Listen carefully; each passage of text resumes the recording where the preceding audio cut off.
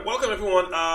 This is an X Space with Kalu. We're here every weekend, and of course, we're talking money, finance, and of course, the economy. But on a personal level, we'll try to make it personal to you. How do the topics of the day affect your personal wallet? Today, we're going to talk about the African tech space, right? I've got a great guest with us today, Mr. Bakar. I'm going to let him introduce himself, but it's someone I do follow, and I get my tech news from what's happening in Africa, what's happening in the Nigerian tech space, the funding, the issues, what the folks are doing there. I like that space because I think it's a new space and it's a space where entrepreneurs, young entrepreneurs, are actually making a lot of wealth for themselves and building institutions, amen, on that space. So I will just get him to come in, even if we're just going to talk around the stories that he writes. Just give us an insight in there, and then we'll take it from there. Again, apologies for the 30-minute delay, but I'm glad you guys are all in here, and I do appreciate you. So, Baraka, you've got the floor. If you can come off mute and just introduce yourself, I'm sure everyone would like to know you. Go ahead, sir. Yeah, thank you so much for the space. Thank you so much for having me as a guest. Hi, everybody. My name is Abubakar Idris, and I am a technology reporter. I cover the African market, and right now I cover the US market. I have been reporting on the tech industry since 2018. By January next year, I'll be entering my 7th year covering the industry, which feels like a long time. And I've done everything from writing about new products that just got into production, all the way down to the big tech companies and even the big telecom companies as they also make their own expansion into different aspects of technology services, whether it's financial services or with digital solutions broadly. And yeah, I've had the pleasure of interviewing and talking to founders at the point where they were still at their early stages, up until when they've become behemoths themselves. And I'm talking about companies like OPay, like Flutterwave, to some extent like Paystack too, about their businesses and what challenges they faced, how they've grown it, and how they're able to maintain value for their customers here on the African continent. And so yeah, that's a little bit about me. Great. Yeah, okay, again, thanks for doing this as well. Let me just jump right into it, right? I always hear that Nigeria is the number one in terms of attracting, is it FPI or investment funds in the tech space in Africa. Is that still the issue? Is Nigeria still number one? If we're not, who is taking over from us?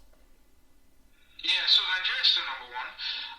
Nigeria is still the number one market for foreign direct investment when it comes to foreign portfolio investment when it comes to the tech industry on the continent. And the reasons for that is it's obvious. I mean, when you look at the population statistics, you notice that Nigeria is not just the most populous country on the continent, it also has one of the youngest populations. And that presents a shit ton of opportunities for any business, any company, any investment firm that wants to do business on the African continent. So they're really excited about what the Nigerian market can produce for them in terms of return on investment and in terms of impact.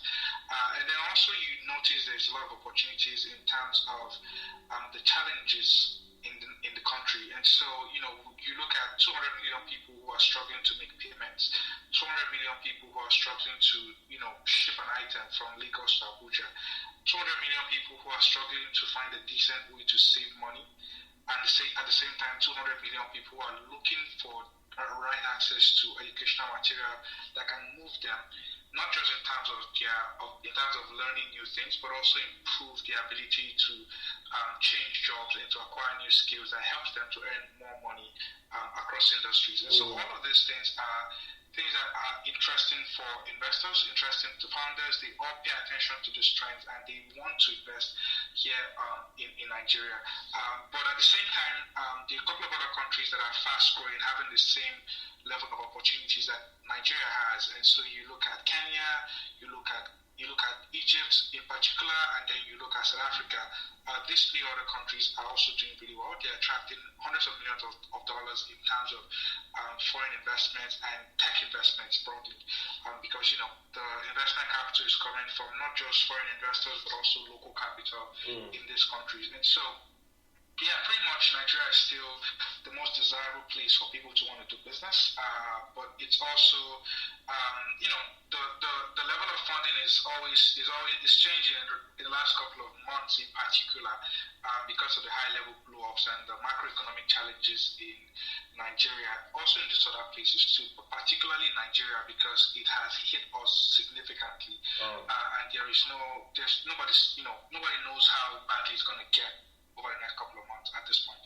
Gotcha. And when I hear you say the population demographics, do I interpret that to say, hey, the growth in Nigeria is strong, but it's not really been because of the government, but because of the attributes of Nigeria? I mean, my question really is this: has the government done enough to drive this growth, or has this growth been organic because it simply had to happen?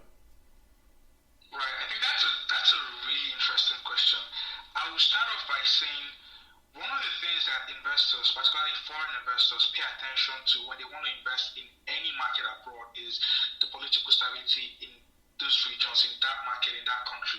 And so they are very, very careful to make sure that the market they're investing in is not volatile, and so they are able to have decent confidence in terms of the safety of their investment and their portfolio in those countries that they invest in.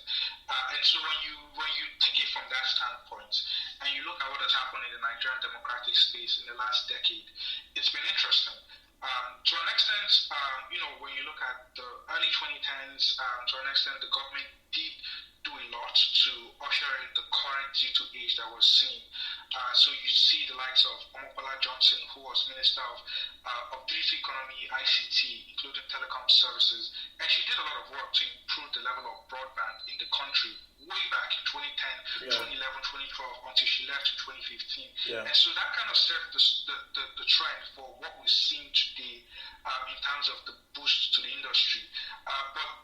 However, that is not the only thing that startups are paying attention to. It is a good trend. Increasing access to telephony and broadband is the starting point for any innovation in a market like tech.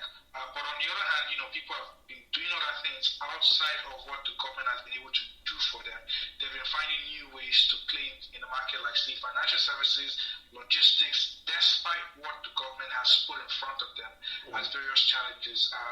For example, you look at what happened to the bike-hailing companies in Lagos. It was a regulatory disaster from Lagos that shut down that industry.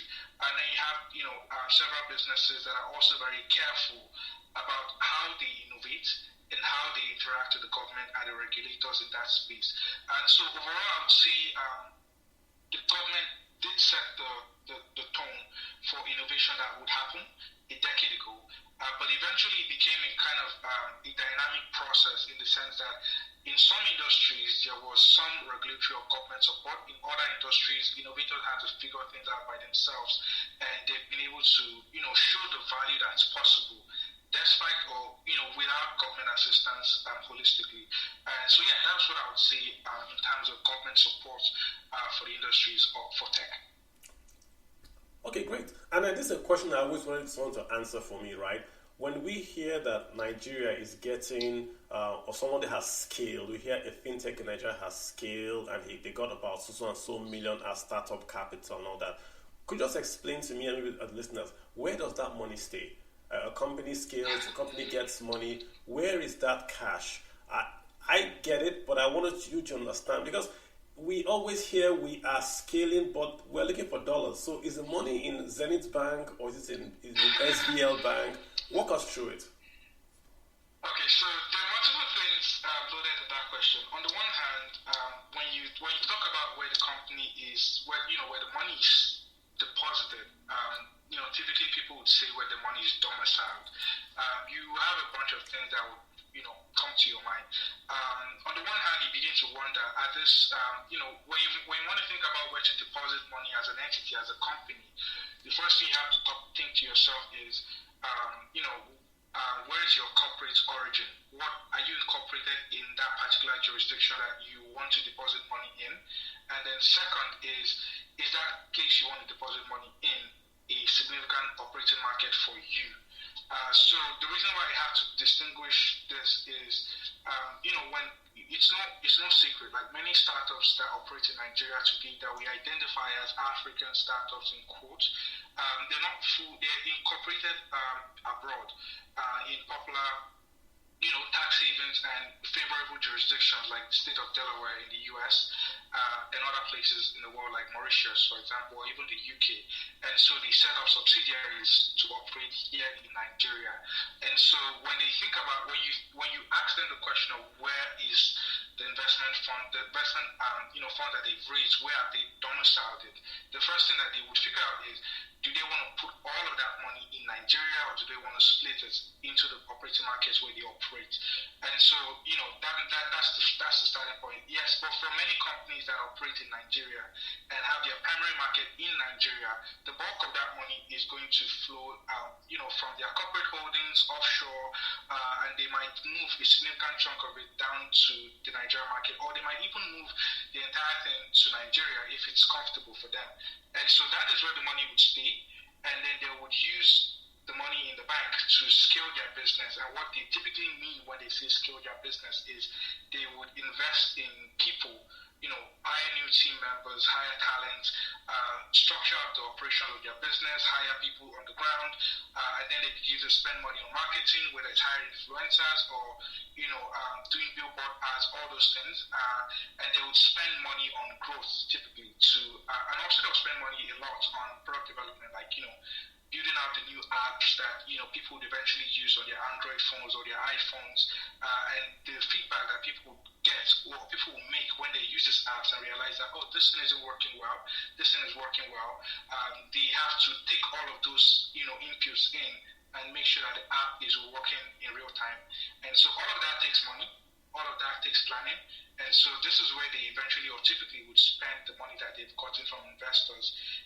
And the idea is you are able to build a product up to a level where it is stable, people can use it, and you begin to spend, a part of your operational funds on maintaining that product, whether it is on servers or paying developers to maintain those servers, or paying developers or people generally to maintain good customer support and other kind of assistance to the business as a whole. Okay, yeah, so the follow-up with that would be, okay, and I'm not trying to be cold here, but just have to ask you, so why do we celebrate it so much if, when we say a Nigerian or African startup has raised funds? Because a casual reader would assume that if those funds were raised and it's in a Nigerian or Kenyan paper, it means that the Kenyan or the Nigerian economy is getting that fund. But the way I understand it is that that's really not so. It's really funds that are still going to stay in the US. And then, of course, if you want to buy a computer, we send it over and all that. So then why do we celebrate it so much? I guess it's on two levels. The first level is simply the fact that it's generally hard to raise money as an entrepreneur. It's really hard to convince somebody that you have an idea or you have a product or you have something and you want to service the market and you want money to be able to do so effectively. And so when you take it from that standpoint, it's something to celebrate generally that somebody is able to raise $100,000, $10 million, $100 million, $200 million to scale up a business in any sense, in any climate. That is the thing people are really, really excited about. It tells you first the level of optimism that investors have in the person who's running that business. It tells you the optimism that the investors and the people involved in making that investment decision have about the industry and the company and the business that these guys are trying to build a solution for. And so that is generally all good indicators broadly. And so that is generally something that would be exciting to anybody, because it's really hard to raise money. And if you're able to raise money from investors, it is something you would want to be personally proud of, and people would also want to congratulate you for pulling off. And then if the economy is in a crazy spot as it's been in the last 2 years in particular, it's all the more reason why people want to applaud you, because you were able to raise a lot of money, or some money, despite the fact that the global economic environment is not favorable to risky solutions, which is what startups are. Gotcha. And also the fact that it's challenging. But then there's other aspect of the reason why people celebrate when founders raise money. It's you're right to an extent, in the sense that the funds that they might raise might be based or domiciled abroad, because that's where many of these companies are incorporated. But in reality,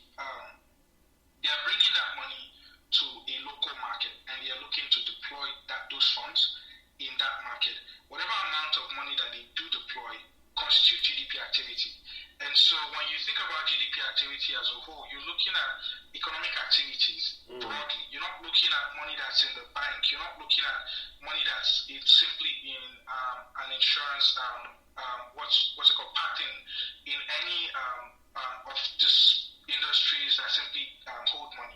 You're looking, you're basically, it's basically economic activity that's happening with the money going around and generating value for the economy. So on a broader scale, I would say when you consider the fact that a company that has raised 30 million, for example, might want to deploy 10 million or 15 million over the next 2 years on hiring people locally in a country, on spending money on developers locally, on marketing locally, all of that constitutes GDP activity for a country, for an economy, for a sector. Okay. And so it's always positive in that regard. Okay, I mean, I'll take that. Clearly, that is perhaps, you're completely correct. I will take that as a win. Like I said, I just wanted to, for the benefit of the audience listening, this is not like money that's going to come in today and change it, the amount, the exchange rate of the dollar on the streets of Lagos. That's actually where I was going to. Okay, I've got Olumide and Satoshi. I want to ask a question. I have a follow-up. I want to follow up with you. And maybe let me get Olumide to hop in here if I ask my question. Olumide, you've got the floor if you want to quickly ask the question, or you want to go ahead. I think Abubakar did a very good job.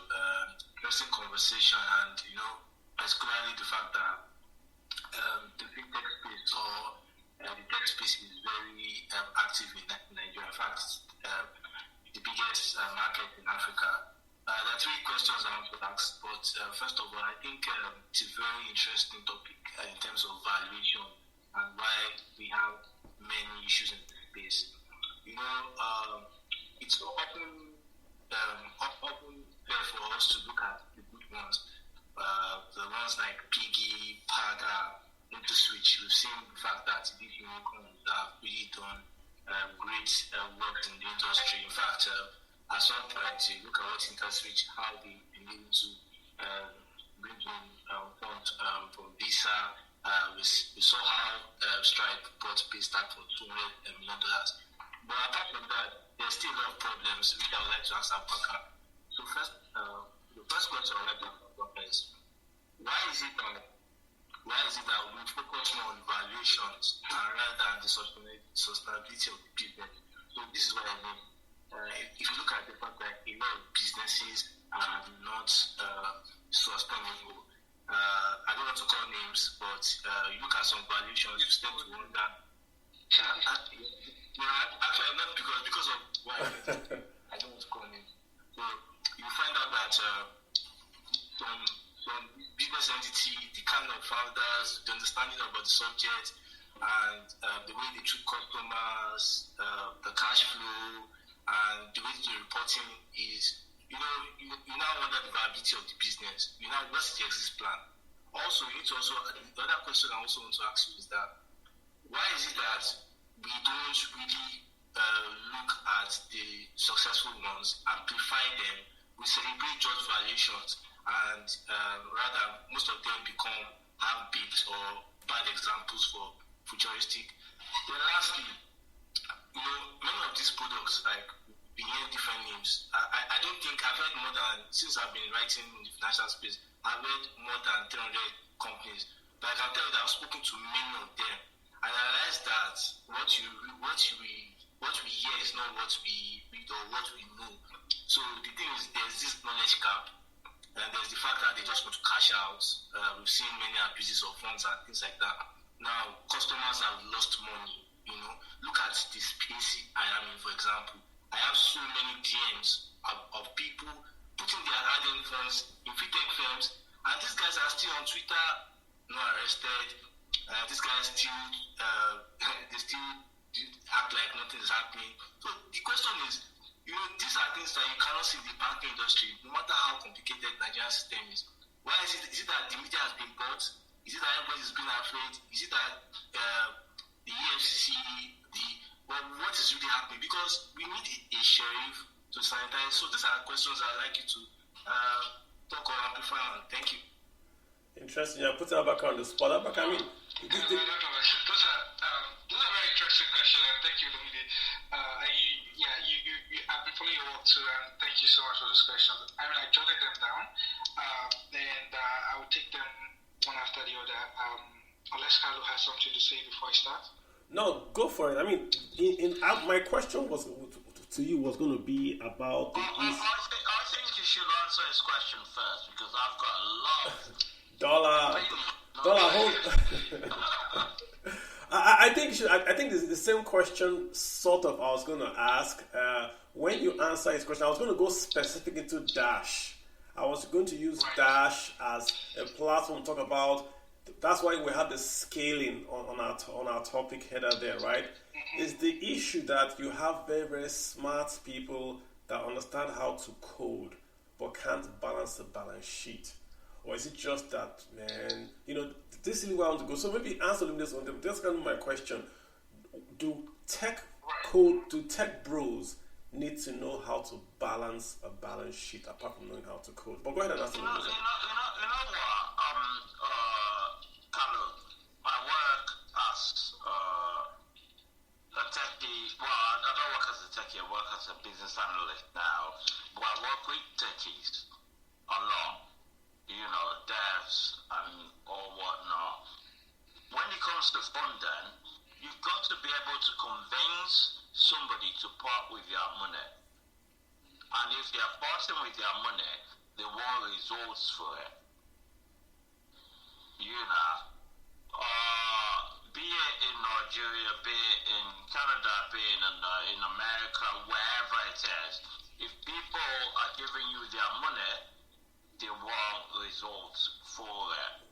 Point made. Let me get Abakar to hop in and take Olunde's long question, and then perhaps he can dovetail into this idea of the capacity, the scaling, the going concern issues we have about these very smart people. Go ahead, Abakar. All right, thank you. The Dash question is, it's an interesting one, but let me start with Olunde's question. So I have 3 questions that I've jotted down. So I'll take the first one first. So you talked about valuation. Why is there a lot of focus on valuation and not on sustainability? I think that is a very interesting question, and we as journalists too have tried to answer this question, and we always ask these questions too. Many times.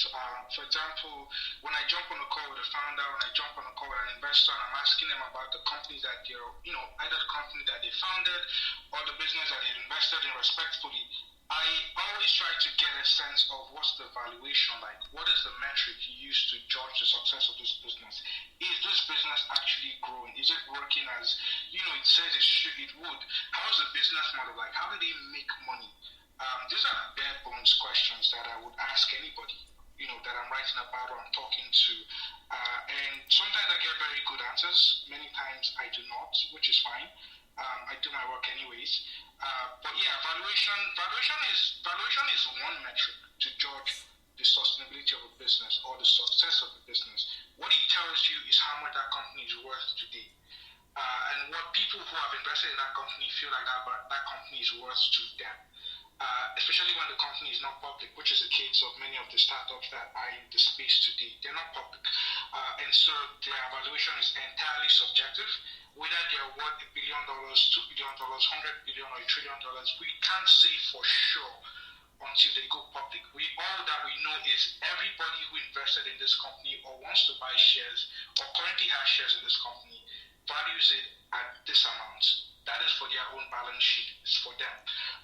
And so a lot of things could happen. The business could revise its valuation to a down round, which is what it's called. Or they could also, raise follow-on funding and increase the valuation. Again, when a company raises money, it doesn't necessarily mean that the valuation will go up. It also doesn't mean that it must go down. The valuation goes whichever direction it wants to go based on what is being discussed with the financiers. And so that's a different conversation. When it comes to sustainability of the business, that is a very different conversation. The valuation doesn't tell you realistically that a business is going to be sustainable. It only tells you that in today's world, based off the current conversation about what the company is worth, this is how much it is in terms of valuation. It doesn't tell you whether or not that business is going to be successful, but it gives you a hint. If you value a company that started 2 years ago at $100 billion from nowhere, or from $10 million to $100 billion. That tells you how excited the people in the room are when they give a company that kind of valuation. That tells you maybe something huge is coming or something else is coming. But again, I'll still stick on valuation a bit. Valuation itself is driven by several things. It could be that they are marking up the company based on comparables. Like, for example, if you were to value a Zenith Bank, for example, if you assume a Zenith Bank is private and you want to value a Zenith Bank in today's world, you look at how much a Zenith Bank has in its, how much deposit it's holding, what its income is like, what its balance sheet looks like holistically, what the cash flow feels like, and then you do a comparison. You compare it with a GT Bank, you compare it with an Echo Bank, and you figure out, okay, if this company is compared to this other one, how does it look like? Would their share prices make sense? That's like a simple... Abubakar, the thing is, if I own a company, and I value it depends on, if I come to you as a financier, or as somebody who is an accountant or something like that, it depends on how I pitch it to you to say, you know what, my company is going to be worth this, and this. Yeah, I mean, that is entirely... That is fine. If anybody who is smart enough to accept the pitch base of something like that and give it whatever valuation it is, it's fine. If it works for them, it works for them. But the real world, what you do is you would obviously start with looking at the financials, and that is how you do it. Especially when the company is at Series A, it's at a level that is fairly decent enough for you to put a dollar valuation on what the company does. You would typically look at the financials and project. That is how you do it. But all that by the side, back to the journalism aspect of it, I would say that we do our fair bit to make sure that we're not only fixated on the valuation aspect of a business. We want to know how sustainable it is, and which is why you're seeing a bunch of stories that people assume or think is negative in the media, because for example, there's been a layoff at a company, or a co-founder has exited a company, or a company has it's seen a huge spike in the number of customers who are fleeing or withdrawing their funds to go elsewhere. All of these are, issues that businesses would face at some point. Maybe many of them would not face it. Some of them might face it. But generally, these are issues that we track as journalists, and we use that to figure out how sustainable the business is as a going concern. But that's for the first question. We don't always focus on valuation. We try to get as much detail as possible about the sustainability of a business. Thing is that business people take that's the whole point of being an entrepreneur. I am telling you this from a point of, All right, so just so Dollar, let me get Abubakar to express himself, and then I'm going to call you in to speak. Just so we have flow. Yeah. Thank you. Gotcha. Alright, so quickly moving to the second question, which is why don't we profile the successful companies that do not always have the fancy valuations that you would see with other companies? I get it. I agree too. We are constantly looking for the valuable companies that are not always in the spotlight, and we try our best to write about this company. And now speaking from the journalism side of things, and we do this fairly well. You would notice, like, way before Opay became a $2 billion company, I personally wrote about them quite a few times. And I wrote about them not because they were raising money, but because of how the business model worked. Same thing, GoCada. GoCada was never a $1 billion business. But when you think about them, when you hear the business, or when you hear how much coverage they got way back in 2019, it feels as though they were, multiples of millions of dollars in valuation. But really, why they got so much coverage was because we could see on the street that this company is there, it's doing this, it's helping people move around. It's something that we need to understand. And we did a lot of coverage back then until the business had its own issues because of the government on the one hand. And so, we're constantly looking for, similar businesses like that are thriving. but are not always in the limelight, and give them the spotlight that they deserve. And it's not always going to be driven by conversations about valuations. So, that is how we typically do things. And with the level of access we are able to get with some of these companies in terms of whether or not their CEOs want to talk to us, their other management team want to talk to us, that way we're able to write a more compelling article about any of these businesses. For the third question, which is about having a sheriff in town that looks into those companies and makes sure that they're able to understand the issues that customers are facing on the one hand, and whether or not some of these businesses are fraudulent. I would say this: we do not know for sure as journalists. The disclaimer here is I am a journalist, so I'm speaking from the perspective of somebody who actively covers this industry. I will start off by saying that we do not know fully whether or not a business is fraudulent. I cannot say that this company is a fraud until I do the work. I cannot say it's a fraud based on 2 or 3 customers coming to tell me that it's a fraud. I would have to do my investigation. Investigation takes time. Investigation requires a lot of resources. Investigation requires a lot of access. It requires talking to people, it requires talking to customers, it requires getting, to some extent, the company's financials too, to figure out, is this money that they claim to be in the customer deposit, is it actually there? Like how much of the customer deposit that they claim to hold is actually still in the balance sheet to be? All of that is, it's a process, it's delicate, it's difficult, and it's particularly challenging in an environment like Nigeria where people do not talk. People only talk when things hit the fan. People only talk when it's gripped them in the neck. And so, you can get a sense about when a company is not doing the right thing by hearing what the customers are saying. But you do not immediately, as somebody who covers this industry, immediately begin to throw around the word fraud until you have proof.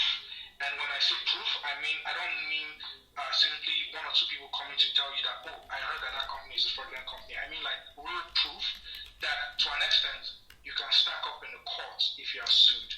If you do not have stuff like that, then if you throw around the word fraud, you could get in serious trouble.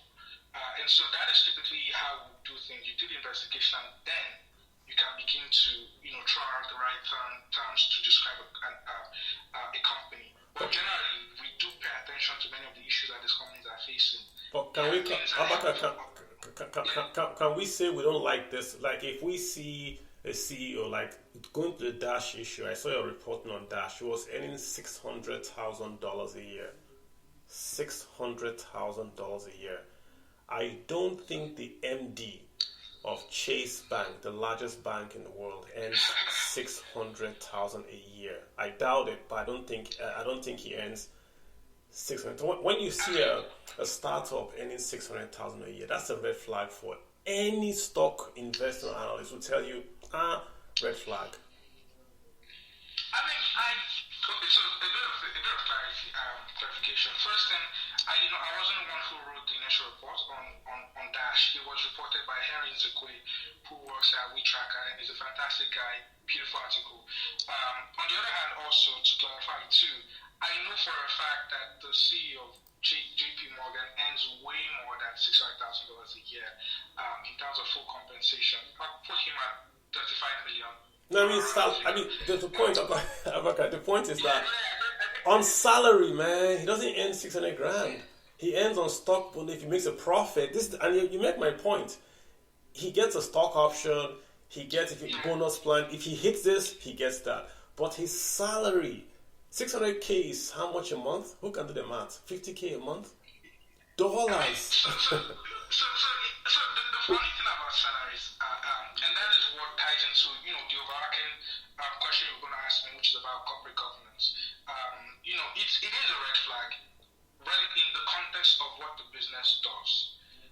There are certain cases where definitely a CEO can be so consequential to a business that the board will decide to pay him however much they want to pay him or her to retain their talents as the CEO of a company. That is something that the board and the CEO and the management team of the company would have to decide. And so it's on its own, in the context of the company, it depends on what those guys are discussing and whatever value they think the CEO has.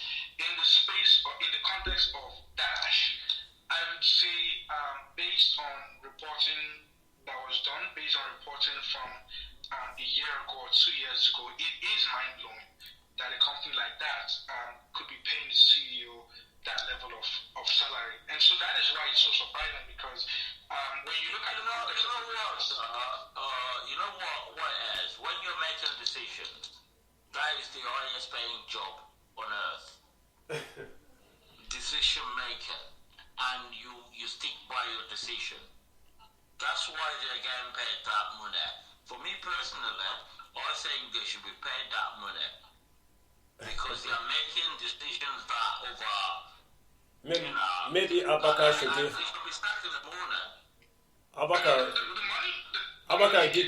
Abakar, give some background. How old was Dash? Many people are not following. How old was Dash?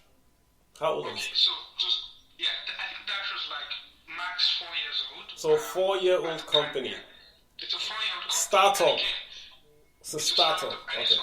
it was trying to like provide a consumer like it was trying to basically operate a mobile money wallet in starting with Ghana to help people make transactions and make payments and buy recharge cards, do all the basic stuff that an OPay is doing in Nigeria. At the same time, play around with international payments in the sense that all of that mobile money accounts that exist in Ghana, it will try to connect it with mobile money or other bank accounts in Nigeria, similarly in Kenya, in such a way that if you're in any one of these countries, you can transfer money across this country with the Dash network, with the Dash app.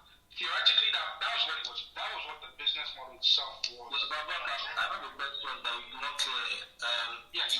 I'm talking about customers' phone. I don't really even have much with that because the board would have agreed for that kind of outreach. Maybe it was at least that would be the discussion of the policy. This is a private company, but customers' phones. Customers' phones is a red flag. We have people that have lost phones, but we've not seen. There are startups that have held people's phones for about a year.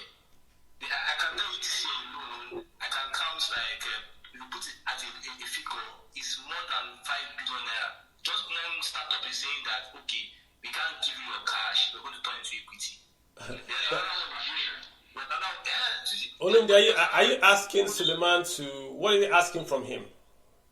I'm asking why is it that those things are just like customers bear the pain and we make a blog about it? I know, but what's the ask, Olumide? Are you asking him to, because he's just a tech reporter, I mean, are you asking him to explain what's happening, or that why don't he write about it? I'm trying to get what you want from him.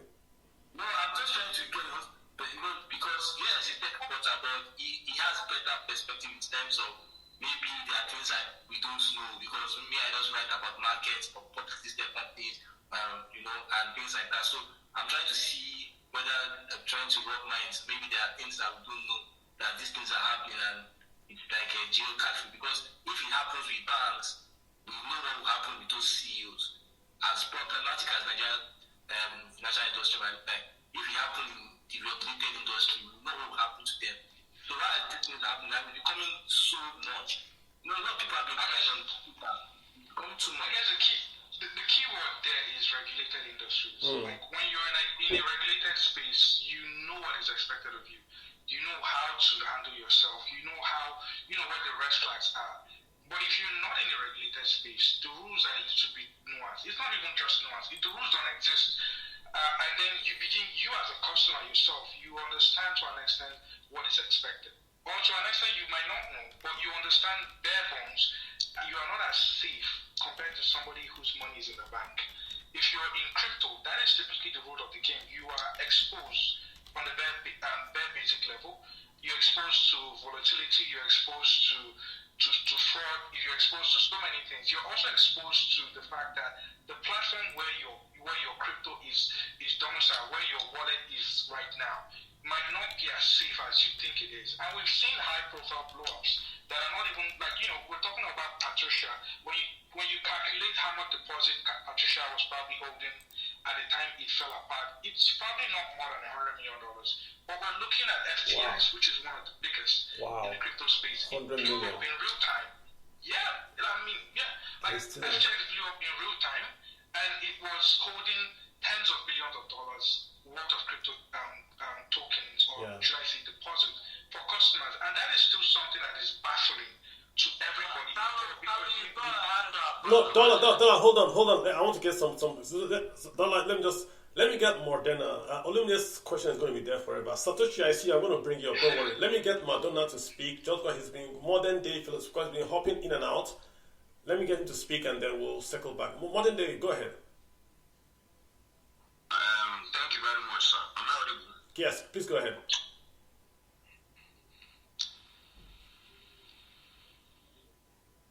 Modern day, you have to unmute your mic. Yeah, I think he hit it in there. Am I audible now? Yes, you are. Yeah, Okay, thank you very much, sir. My question is on jurisdiction. I wanted to talk about Patricia, but I'm happy that the topic is now part of the discussion. Patricia relocated to Estonia before they came out and told us on Twitter that they go convert some people's assets to a different asset without anybody's permission. And from the look of things, the matter has died down. So my question to Mr. Abubakar, which is my first question, is can you please enlighten us on jurisdictions and legalities concerning these tech companies from crypto to microfinance banks? Then my second question is on Namibia. I hear that they are building a Silicon Valley inside a bush, because I don't know where they built something inside a bush, but they are building something there. So please, I want your personal opinion about that case. Are they for real? Because I watched some interviews and some because some back they will say that their laptop cannot break.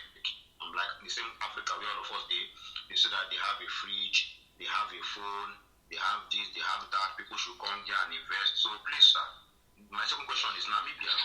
Is it just normal Africa and people that they are catching, or they're really doing something serious based on your research, journalism, and look into that jurisdiction, sir? And please give us some legality. For the record on Namibia, I'm not aware of that. I don't know much about that trend, so I can't speak to it.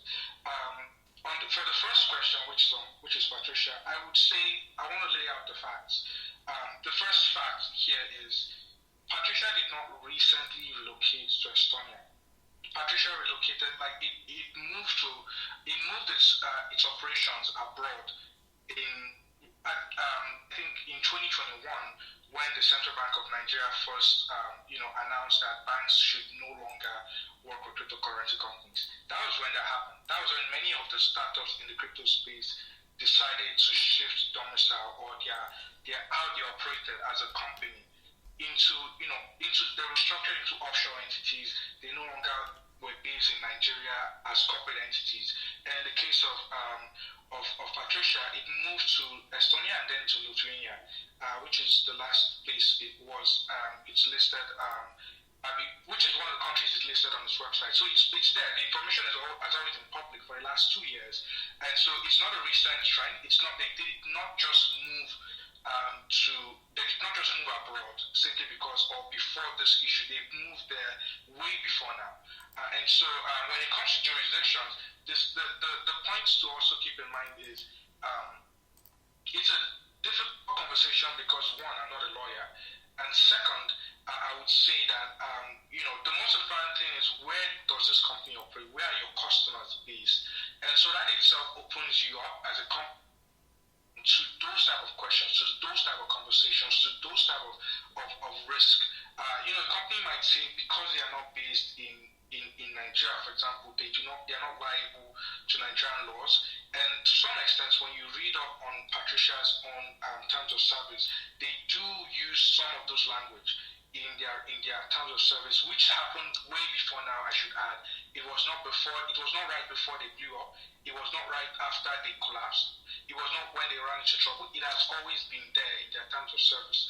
But the point still remains that they are holding funds on behalf of Nigerian customers for people who are based in Nigeria. So they have some exposure to the Nigerian market, and they do have to, pay attention to Nigerian laws and, take action in that regards. But again, I'm not a lawyer, so I cannot say for a fact that this is how this thing should be done. But from general treatment and precedents, I would expect that based based on where they operate, based on where they have customers, they do have to treat their customers fairly and not just simply up and disappear with customers' assets. And again, Abubakar, just for context, who is Patricia? What does she do? What happened? Just for context, for folks that are listening. Right, so for folks who do not know, Patricia is a cryptocurrency platform.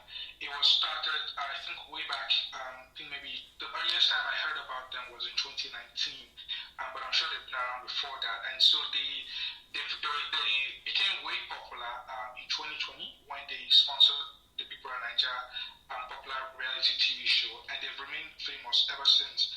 And they have held millions of dollars on behalf of Nigerian cryptocurrency users until the company first had an issue with the cyber attack last year, and then they officially confirmed the cyber attack earlier this year. And since that report went out, the company has been struggling to repay its customers who were trying to pull out their funds in a frenzy. And so the company has been struggling to fully repay crypto holders. And so right now it's currently in a state of, should I say, it has fallen apart as a company generally. It's still trying to repay customers, and it's asking for patience and different schemes to get customers to calm down. And this was because of the fraud. Abubakar, you said they were hacked, more or less. That's what happened. They were hacked. Yeah, according to reports, they were hacked, and they did confirm that they were hacked, and they lost a significant chunk of customer deposits. Interesting. And so they've been struggling to repay that ever since. Okay, so Modern, I think yes.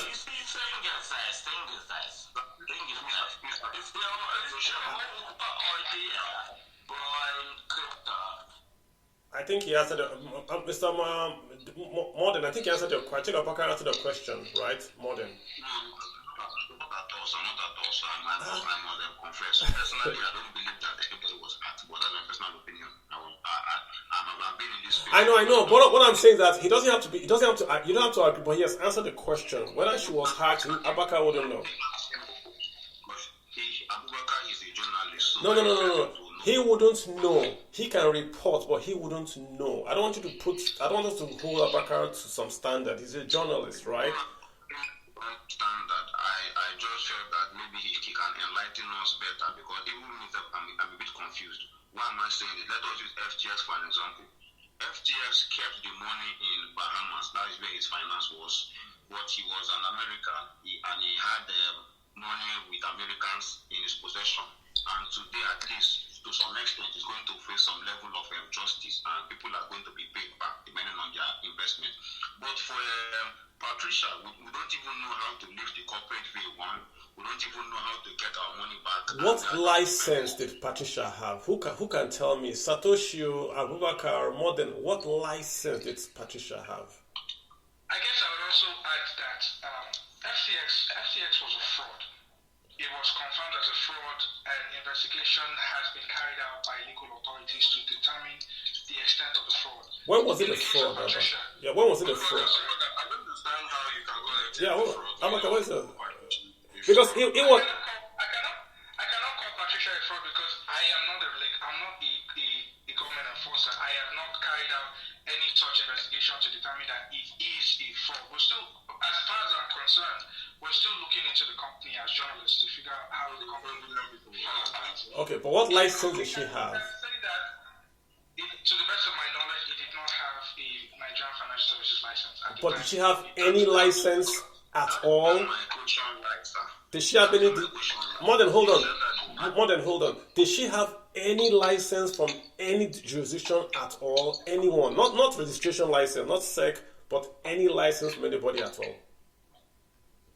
To the best of my knowledge, I am not sure it had a license, because on the one hand, cryptocurrency companies typically do not need a license in many places, although some jurisdictions require a license to operate the platform. And that's the To the problem. best of my knowledge. And that's the problem. Because people, listen, that's the problem. You just said she had $100 million in deposits. No. I did not say 100 million. I said, to the best of my knowledge, No, I'm not blaming you about less that. than $100 million.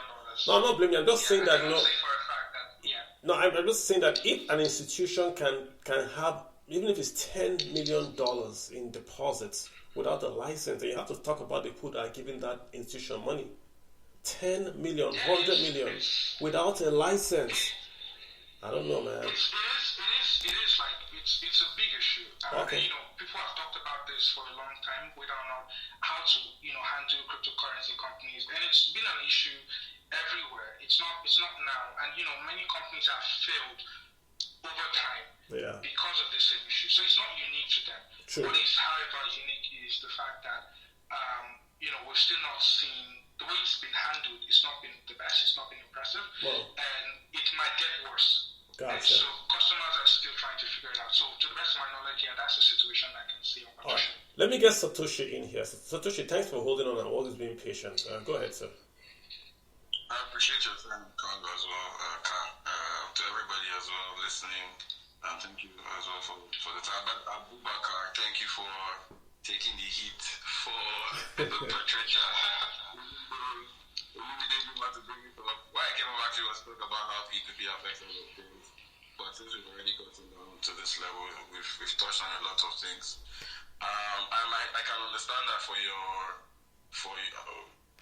point of view, you can't explicitly call out Patricia, Flutterwave, Binance, that all of these guys that are holding customer funds, and whether or not they are mismanaging it, like you said, you have to prove it in the court of law, right?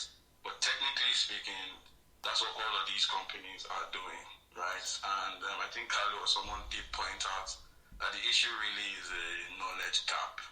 For most people who are less tech savvy to really understand what's going on under the hood, they might just buy into the guerrilla marketing that these guys just push out there and they swallow everything. All they need to see is that XYZ person has given you approval or accreditation that you are a trusted company, and then Nigerians just trying to leave the Nigerian system, opt into these other criminal systems unknowingly, right? So that's just my thing. Because I'm sure that we'll have to speak. I just want to ask you, Abubakar, right, the streamline question. What would you say is the similarity between these questions that I mentioned, right? Because we've been calling for Hanu's demise before pandemic. A lot of people said that was crazy. How can see them on Big Brother? They're literally, how are they scammers? And they are saying the same thing for Flutterwave right now. I know a lot of other companies that it's literally almost the same template. So would you disagree with that? Would you say that Flutterwave, Patricia, Dash, all share the same template of just holding customer funds and mismanaging it? Or would you say that, and do you think this is probably riddling the tech space in Africa or Nigeria, since we are talking about Nigeria, right? How would you address this issue in particular? Then I might ask another question. Go ahead. Yeah, I guess the first thing that I would say is nobody in the general public knew about the Dash issue until it was written about by a journalist, and it has become a popular conversation point in this session on this Twitter space, simply because of the fact that the journalist who wrote that story did a lot of work to verify the information before he went out and published it. It did not just simply write a tweet and say Dash is a fraud. Neither did he just write an article and say Dash is a fraud as a headline with no facts. And so he did the work, and he got to gather the information, and he put out that story. And now we know for a fact that Dash had issues, and it ultimately led to its collapse. That we know as a fact because of the work that has been done. I would say the same spirit of faith or the same spirit of legitimacy also applies to when you talk about other companies too, and talk about it in the context of whether or not journalists have written or should write about those companies. They will write about those companies. We will write about those companies when we have sufficient information about them to label them in whatever form you're talking about. But again, we cannot simply throw around whatever labels. We have to figure out the facts of the conversation before we talk about any company. And so far, whatever company it is, we're still looking into them as journalists, curious journalists, investigative journalists, whichever one it is, to figure out how these companies are performing. I would also err on the side of caution to say, simply because they are startups doesn't mean that the company is fraudulent. I would say that is actually one of the biggest challenges we've seen with many of these companies. They want to scale, they want to grow, they want to operate as standard businesses, but they keep having this trust deficit simply because of these many bad actors that exist. Because of what has happened with Dash, because of what people are faced with Patricia, you begin to say all companies in the crypto space or in the financial services space that are startups are fraudulent. Meanwhile, we've had companies like Bitcoins, which honorably shut down its consumer-focused aspect. Bitcoin has been around for a long, long time. It was there before that. It was there before Patricia, and it phased out its consumer, its P2P aspect of its crypto app gradually until it stopped. Nobody has come out to say Bitcoin is a fraud, at least not to my knowledge. It's based on how this company handled itself, and I would say the same grace applies to so many other companies that are doing things the right way in terms of how they handle customer deposits, how they handle winding down when they eventually, about to collapse. They do it in such, many of them tend to do things in the right way. So I would say, there are a handful of bad actors in the space. There are a handful of case studies that have done really poorly as a business, and also with how they've handled customer deposit. But I would say overall, many companies, particularly startups, are trying their best to operate legally, to operate properly, and to ensure that they are not the next Dash, to ensure that they are not the next, Patricia to run into troubles with how it makes its customer deposit whole. But yeah, it's a challenge, but all these companies are doing their fair bit to ensure that they are not the ones to lose customer money in any form. And of course, as journalists, I would say if we do find out that any of these companies have done so, even before the public, we will write about those companies to the best of our knowledge and with the available information that we have about these entities. So other than that, I would say it's for us to keep on doing the work, reporting on these companies without actually trying to label them as something that they are not, or we do not have the fact to say that they are. But yeah, that's where I'll leave it. So go ahead. You have a follow-up? Yeah, the follow-up is, it seems to me that Abubakar is being very much cautious because of his reputation. And No. Actually, I would say no. Can I just finish, please? So that Yeah, please go ahead. Yeah, thank you. I appreciate it. Yeah, I would say, from my viewpoint, you did not address Flutterwave or Binance or any of these, like you mentioned, Bitcoins. I strongly disagree with that, but that might be a bit too technical. So my follow-up question would be, for entities, startups or not, that choose to hold customer funds, right? Or customer funds, right? Looking at what we just explained now, I'm sort of reacting to the question. And the template, right? That is their business model, right? Should Nigerians be scared of Flutterwave or any other tech startup that says, hey, just bring your money and then we'll give you XYZ tokens that should represent the value that you give us, and hopefully when you come back to get it, we should have those tokens or value that you give us. There were other journalists and other hardcore Patricia people that did and still do defend Hanu and his company, Patricia. About the Dash thing, about the Dash thing before the collapse. So that's what I'm using, and I'm asking this question. A lot of tech companies have this template, right? Do you condemn the template where they say, bring your money, we'll hold your money for you, and we would expose you to price action, because that's what a lot of people are looking for, right? And then once you're ready to exit your position, best believe that we've got the liquidity to cover it, because it doesn't seem to be the case for most tech companies. So that's, I guess, my follow-up for that. Could you address that? And would you say for a fact that Flutterwave is solvent? Wow, he can't know that question. He doesn't know if Flutterwave is solvent. That's the point. He can't know that question. So let me start off by saying this. The first thing I would say is I'm not scared about my reputation when it comes to talking about these companies. I built my reputation by covering these companies and doing so properly. And if I've far below standard, it would have come out by now. And so I handle my reputation carefully, and it's not because of protecting my reputation that I'm being careful. It's simply the way it should be done. You cannot throw out statements and make accusations or whatever it is, just throw it around without evidence. You have to be very careful to make sure that you have the facts, whether you're a journalist, an investor, a startup founder, a regulator. You have to be careful. You have to be decent. You have to be proper when you say these things. So that is how you should do it. You do it regardless of your reputation. You do it because that is the right thing to do. That by the side, I would say up front that I don't know how Flutterway's financials look like. I haven't seen their balance sheet. I can't tell you whether or not they are solvent or they are not. But I know for a fact that they are a payments company.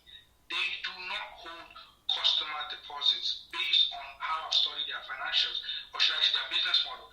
I do not know that they have a current platform or company or business model that holds, again, the key word here is holds, deposit-taking business.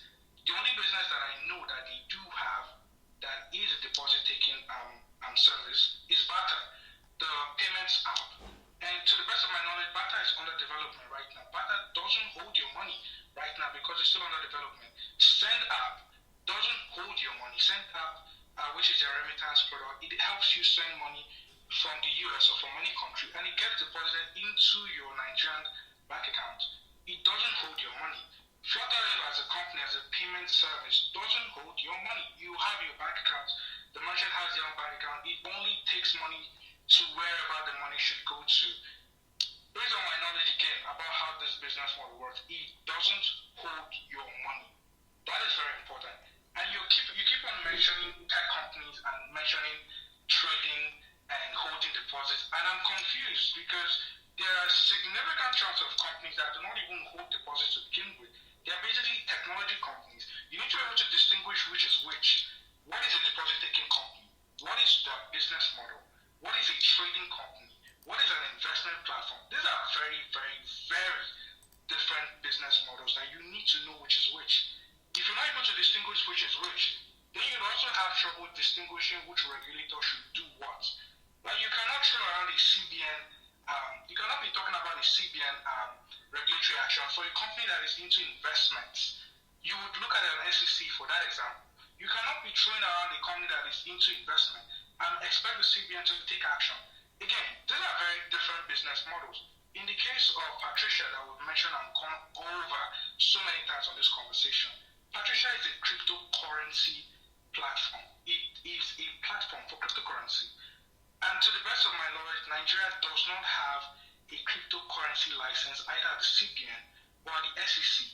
What the SEC has at best is a blockchain license and a blockchain framework, neither of which is designed to hold deposits, neither of which is designed to be a trading platform. And the other license that does exist is a crowdfunding license, which is a different thing entirely.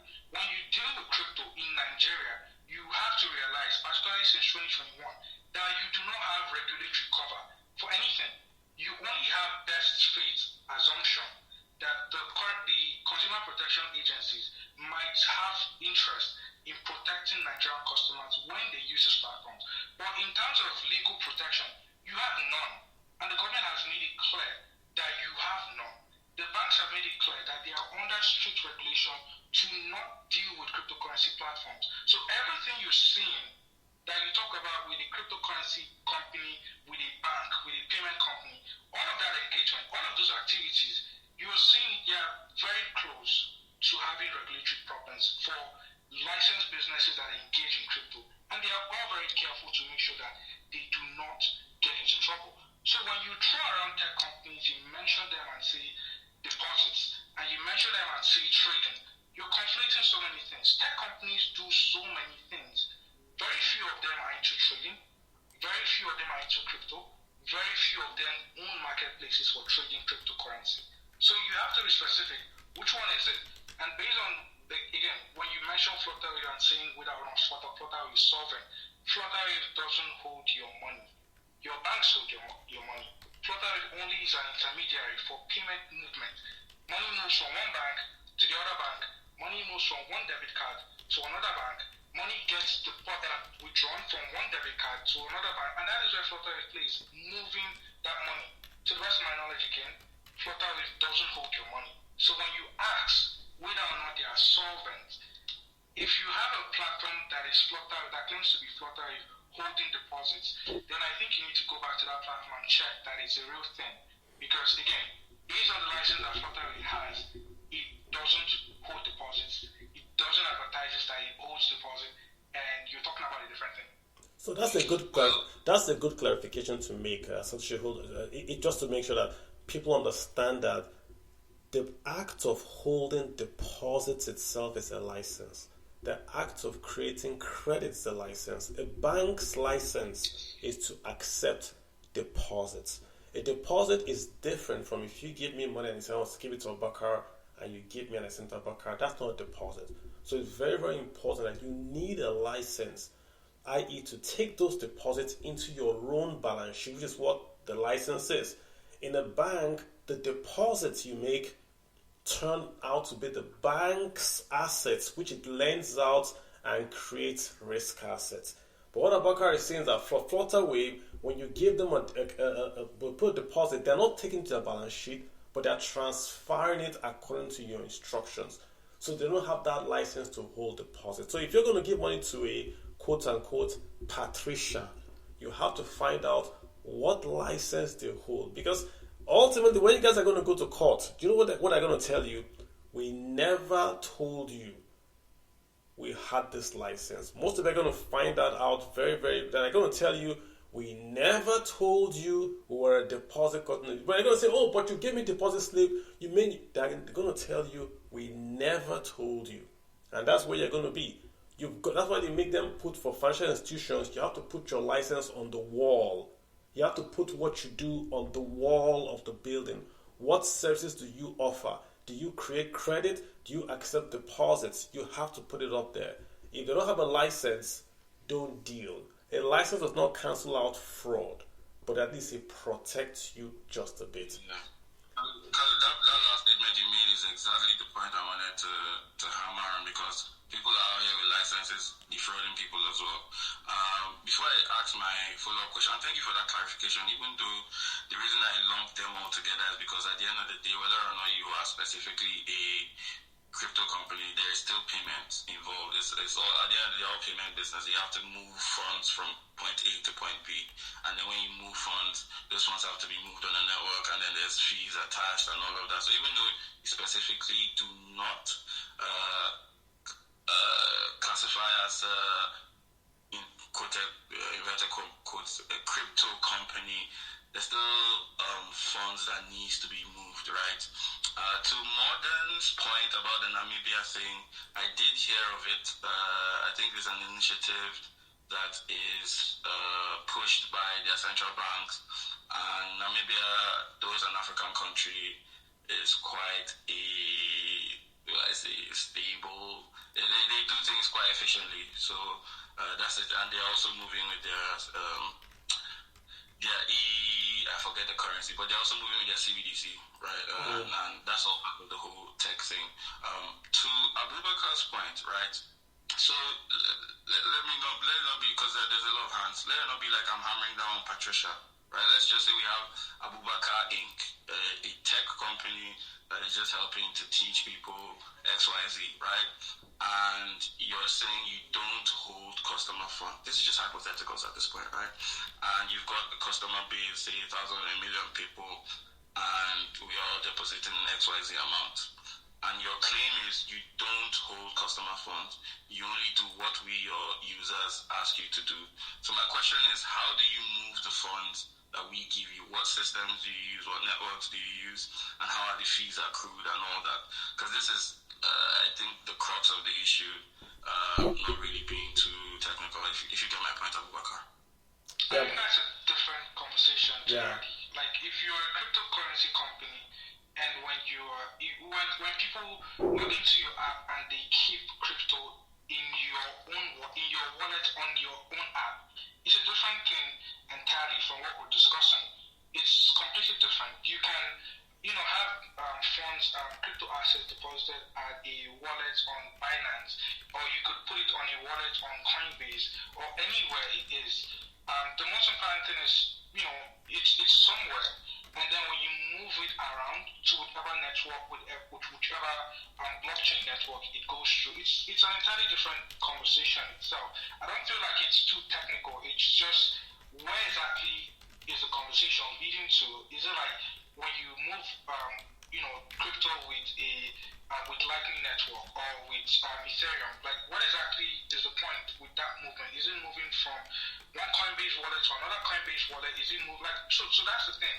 But with many of these companies, like the case we're talking about with Patricia King, is Patricia used the money, the crypto assets were deposited with Patricia on the Patricia network in terms of Patricia wallets, to be precise, and that is where the issue is. And so that is where you have conversations. The same thing applies with an FTX, and that is why you're having people talk about you should be a self-custodian for your cryptocurrency asset. You should have a whether it's a cold storage or whatever it is, but you should be the one to have sole access to your cryptocurrency wallet, and when you need to make a transaction, you know how to do it by yourself.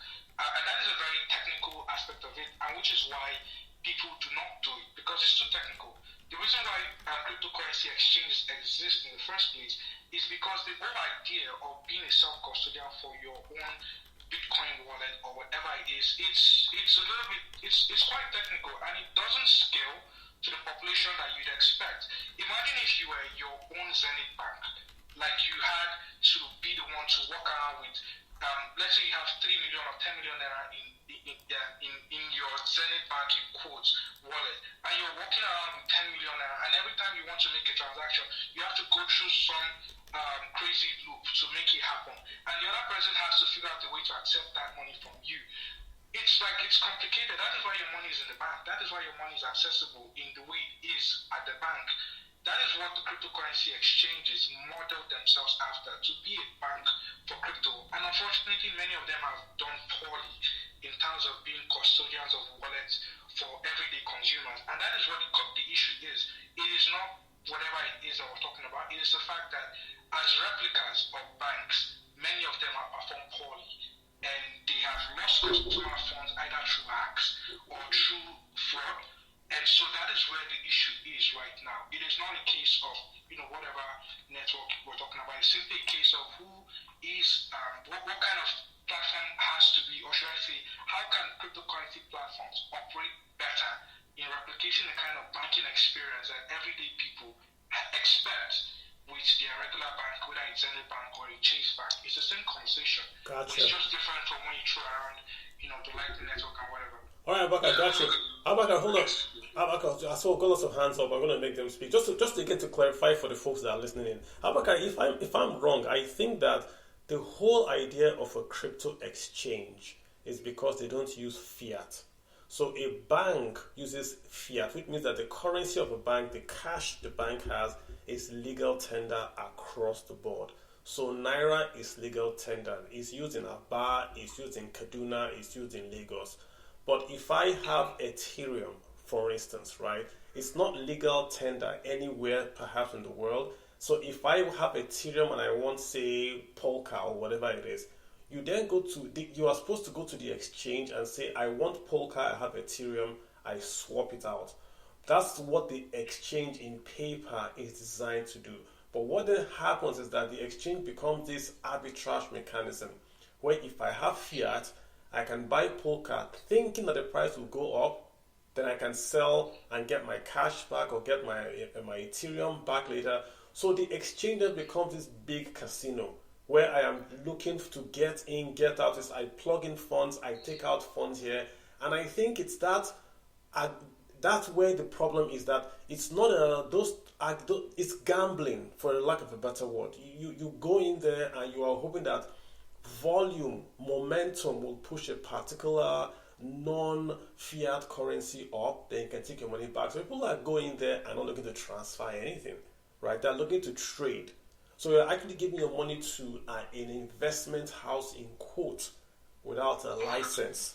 I don't think anyone goes to a crypto house and says, oh, I want to transfer money, so let me go to Patricia. No, I think they go there for the expectation of making a return or whatever deposit in quotes that they are giving to Patricia. And when you're doing that, you have to have the expectation you can lose 100% or you can gain 100%. We are not at the level of where we're even hedging those deposits into Patricia. If I go to the stock market, I can tell exactly what I would lose because I can hedge. Do we have that in the exchange markets in Nigeria? I mean, not in the US, in Nigeria. So it's a very difficult market, but I just want to put that point out there. Linda, really quick, you want to unmute and say something? Go ahead if I move to Zillow and Oluwatosin. Yeah, I want to add up, since it's the space I cover. So, first of all, I don't even think you need regulation for you to spend your eternity in jail. There's this guy in Turkey that was jailed for 11,000 years for defrauding investors in the crypto space, and he did not have regulation. In fact, he ran out of the country. So it's just like you don't have to be a Yahoo boy. You don't need regulations to be a Yahoo boy, and you don't need to go to. You can go to jail for defrauding. So it depends on the sophistication of the case, and I get it. But I think the interesting thing is that it's very important for us to know that the FX market in Nigeria has really pushed Nigerians not just for speculating, for hedging reasons, because it's very easy to get the dollar. For example, look at the P2P market. How fast is it to get the dollar is through the crypto market. So we see a lot of Nigerians using that for transaction. So I want to clarify that. In fact, I know a number of Nigerians that remit money constantly from overseas through the P2P to buy shares, to send funds to their family. And that's why CBN has been complaining that banks are not getting, Western Union is not getting, and they know the reason why they are saying this thing. So I just want to compare. Then another thing I wanted to say, take away the picture, is that do we really have unicorns in Africa? Because, Africa is a journalist, and I go out the space a lot, and I look at the numbers, and sometimes it excites me. The world most valuable fintech company, Stripe, had a valuation of $90 billion. It took a haircut of $45 billion, and now it's worth about $50 billion. If you look at Jumia, if you invested $1 million in 2021, right now you have less than $50,000. If you look at Instacart is a profitable, one of the recent companies that got listed on the NASDAQ. Very profitable, I mean, it's very profitable, but quite profitable. And the company at some point had a very interesting valuation at close to $40 billion, in fact, at $9 billion. Now, the company even listed at around $9 billion. It's still trading lower than its IPO price. So the question is, don't we see that raising money in dollars for many of these companies in Africa is even a disadvantage when you know that the market is Africa, for example? You also look at the fact that the currency, you see that over the years, because I invested in Google's IPO, I invested in some of these tech US tech. I saw that most of these founders, if they have a strong business, if they have a strong person in tech, the other person has a very strong business background. And that's why you see companies like Piggyvest, Futaway, Paystack doing very well, because they have a kind of very balanced structured team.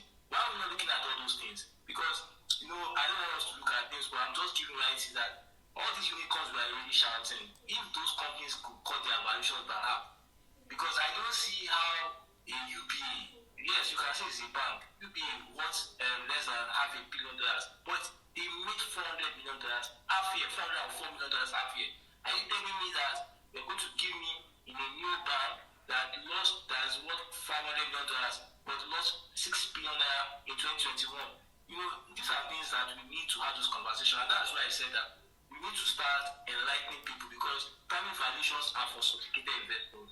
It's very, very tricky, and US law don't really encourage retail investors to leave, because some of these things can be pop and dump, some of these things are unclear, and that's why when it comes to the market, you see a lot of skeptics coming out, because from the likes of Google, Facebook, and the third generation, it's very difficult for you to see any successful tech company that have listed and is doing well. Adyen, very popular payment company, has lost its valuation by more than half this year. So those are things I want to have to say when we talk about. No, that's good. I mean, it's good context, good concept for back. Abraka, go ahead and we'll have the other guys speak. Go ahead. Alright. I do have to add that I'm running short of time. I have to Ooh. in a few. Okay, Abraka, do you know what?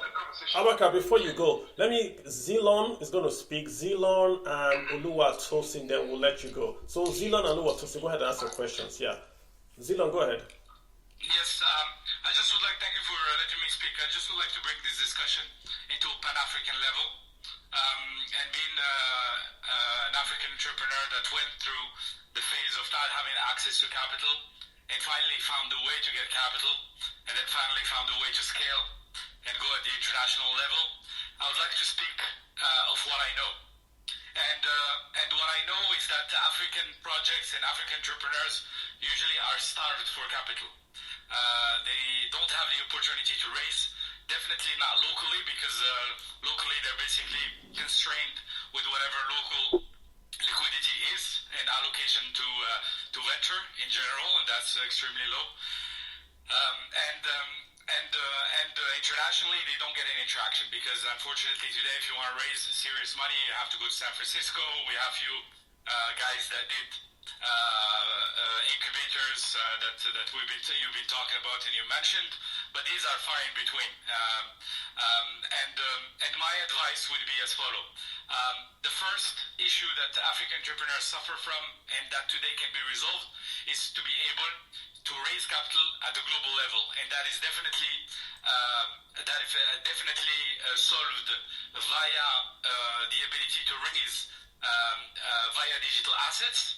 When I talk about crypto, I talk about a mean to raise money, not as an investment or doing products or doing companies within the crypto space. I'm talking about it basically as a tool for capitalization. This allows African entrepreneurs to address a global audience from a capital introduction standpoint, and it allows them to access at the same level as an Indian entrepreneur or any other entrepreneurs. Indian entrepreneurs, by the way, have been doing extremely well in using this tool in order to raise money for whatever problem is their startup solving.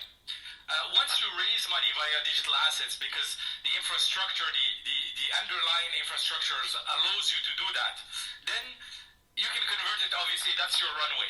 And then you convert it to stable coins immediately. You don't take any speculation. You're not there that's not your crypto holdings. That's not your crypto runway. That's not your personal holdings. That's a runway for you to solve one specific problem for which people that don't know you internationally have given you money. And that's again, I come back again to the African to Pan-African culture of entrepreneurship. It's important to show very good examples of that, because the digital assets, obviously, you're raising from people internationally, so there is no international law that applies. There's obviously legal law. If you do fraud, they can go after you locally, etc. But far in between. So a lot of entrepreneurs are tempted just to take that as their retirement money and stop doing whatever they're doing because it's tough to build a company. So once you raise the money, you just convert it into whatever stable coin, you convert it into your local currency, and that's basically your runway to do the unicorn. I really encourage every entrepreneur that has issue accessing capital to prioritize the way of raising money digitally as a digital asset, using the digital asset infrastructure in order to do so, and addressing a global public, and not waste time. And I'm sorry, maybe this is a little bit of polemic, but not waste time with local incubators. Local incubators, they usually have political agendas, they usually have subsidies, they usually have things that are not productive for him to get the money, build his company, and move forward. And that's all I wanted to say. Thank you very much for allowing me to do so. All right, so Abraka, maybe you should just, since you're going to hop off very soon, maybe let's have you comment what you've heard, and then we're going to let you go. If possible. Right. I guess I really don't know what to say about the second question about digital assets. I mean, there are there's been some interesting use cases for using digital assets to raise funding for a company. And, there were times when people were big on ICOs, initial coin offerings, and, we have mixed experiences or mixed results with them. But, so everybody, each their own, they'll be fine. The question outstanding is on about how much dollar raises can have impact on companies and whether or not, and how these valuations tend to be very bubbly. And should I say, yeah, it's been in flux in terms of how these companies are performed. I think that is a general issue, to be honest, because when you look at the examples, Olumide mentioned, he talked about Instacart, which did its IPO. Again, Instacart had not been profitable for a while, and it was profitable significantly last year, mostly because of tax implications. There was a big bump in its profits because of it got a windfall from taxes and stuff like that. But overall, it's been a tough run for publicly traded companies that used to be startups fairly recently. I think that is a general issue for many of these companies. The market sentiment since 2021 has turned relatively negative, and so any company that wants to go public, that wants to raise funding, has had to deal with difficult conversations with investors, has had to deal with the possibilities that they will take a haircut on their valuations, which again, valuations are very subjective. And so the times are different, and that is affecting how these businesses think about their financing. I would say there are many companies that are doing well. They are doing well in the context that they are operating in. The reason why their valuations may not pop the way these other companies are, it's on different levels. Like, you can't even really tell on your own, because sometimes you're not in the room with this guy. You don't know what they're discussing. You don't know how much equity the new investor who wants to give them a $20 billion valuation wants in return. Maybe they want to own 90% of the company, and the CEO said, no, we'll hold on to what we have. We don't know for a fact. And so maybe that if they had said yes to 90%, they would have gotten a $200 billion valuation, and they'll be the most valuable company in the world. But they can't, because maybe, in terms of when they do the deal sourcing and negotiation, it just doesn't favor them the way they expect. And so there are a bunch of issues why these companies that look like they're doing well do not get the valuations that they deserve. And so that is different. That is a different conversation, generally. I do not think dollar raises are inherently bad. Like, we're talking about companies that operate in a difficult macroeconomic environment in Africa, like in Nigeria. You raised $1 million last year. $1 million last year in official rate was less than 500 naira to a dollar. Today it's approaching 1,000 naira on the official purse. And so that makes it difficult for you as a company when you want to justify the valuation you had when the naira was trading less than 500 naira. Now you have to, your revenue has to be 4 times, not even double. It has to be way more, it has to grow way more faster than it did with the horizon that you had when it was 500 naira to 500 naira to a dollar. It's a different macroeconomic environment. You're in a difficult position. That is not something you created for yourself. You did not see it coming. You could have seen it coming, but could have guessed that the naira would depreciate from 400 naira to 1,000 naira today in January. Very few people could have said it with their full chest. Everybody could have said it as speculation and said, the naira is going to fall to 2,000 naira. But you can't, for a fact, you can't say that. You don't know for a fact that is going to happen. You can speculate, but you can't see the future. And so that is a challenge that many of these companies are facing. You have a macroeconomic environment that is not favorable to you, one, that you cannot also control, and you can't see the future. If you decide to raise money locally from naira-based investors, you might have to deal with stringent terms. Maybe they want more equity for every naira that they give to you. Maybe you don't want that. Maybe you want investors who have higher quality in terms of the ability to help you expand to a different country. Maybe these are the things that you want to have at the back of your mind when you look at investors and how you want to raise money from them. So it's an entirely complicated dynamic when it comes to fundraising, valuation, and who the investors that are giving you money are. And so I do not think raising in dollars is inherently bad. I do not also think if you raise locally, it's a bad thing. It all depends on what the objective for the business and the founders are. If it aligns with whichever investor they want to go with, then it's okay, I think. as long as the business gets the objective that it wants with either fundraise mechanism, I think they're okay, to be honest. The one thing that is complicated, though, is if you raise money in Naira, would that help you grow the way you want to grow? If you raise money in dollars, would it help you grow the way you want to grow? And, every other thing that we've talked about in terms of how valuation handicaps a company, it's a challenging topic in the sense that if a company is worth $3 billion last year or $4 billion last year, and again, so before I say that, I would say we have very few unicorns, so I don't understand why we're taking it out on them so hard. Based on my understanding, I think officially we have less than 6 unicorns on the African continent, and many of them are trying their best in terms of the macroeconomic environment that they are facing to justify that valuation that they have. And it's tough because, again, nobody saw what was going to happen in Ghana. You could expect it, but you couldn't say it as a fact that Ghana's economy would, be so bad that bondholders would see 40% haircuts on the amount of money that they've given to the government over the years. Nobody could have seen, the Kenyan economy has also had its own share of devaluation, with the exchange rate sliding a bit. Same in Nigeria too, which has gone poorly for many of the companies that operate here. So I would say that macroeconomic realities are a problem for every company investing and doing business on the continent. It is not specific to startups.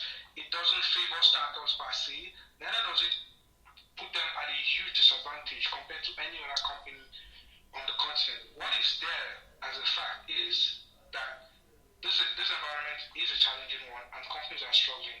Whether or not they will survive the current funding winter is a different conversation entirely. But to be honest, I think when people understand what the climate looks like and they forecast the growth for the companies that they're investing in, based on the level of destruction economically that is happening in their various markets, I think that would help them make better judgments in terms of how they deploy money into these companies. But I do not think valuation is the dollar valuation that they're getting is destructive. I think the investors are smart people, the founders are smart people.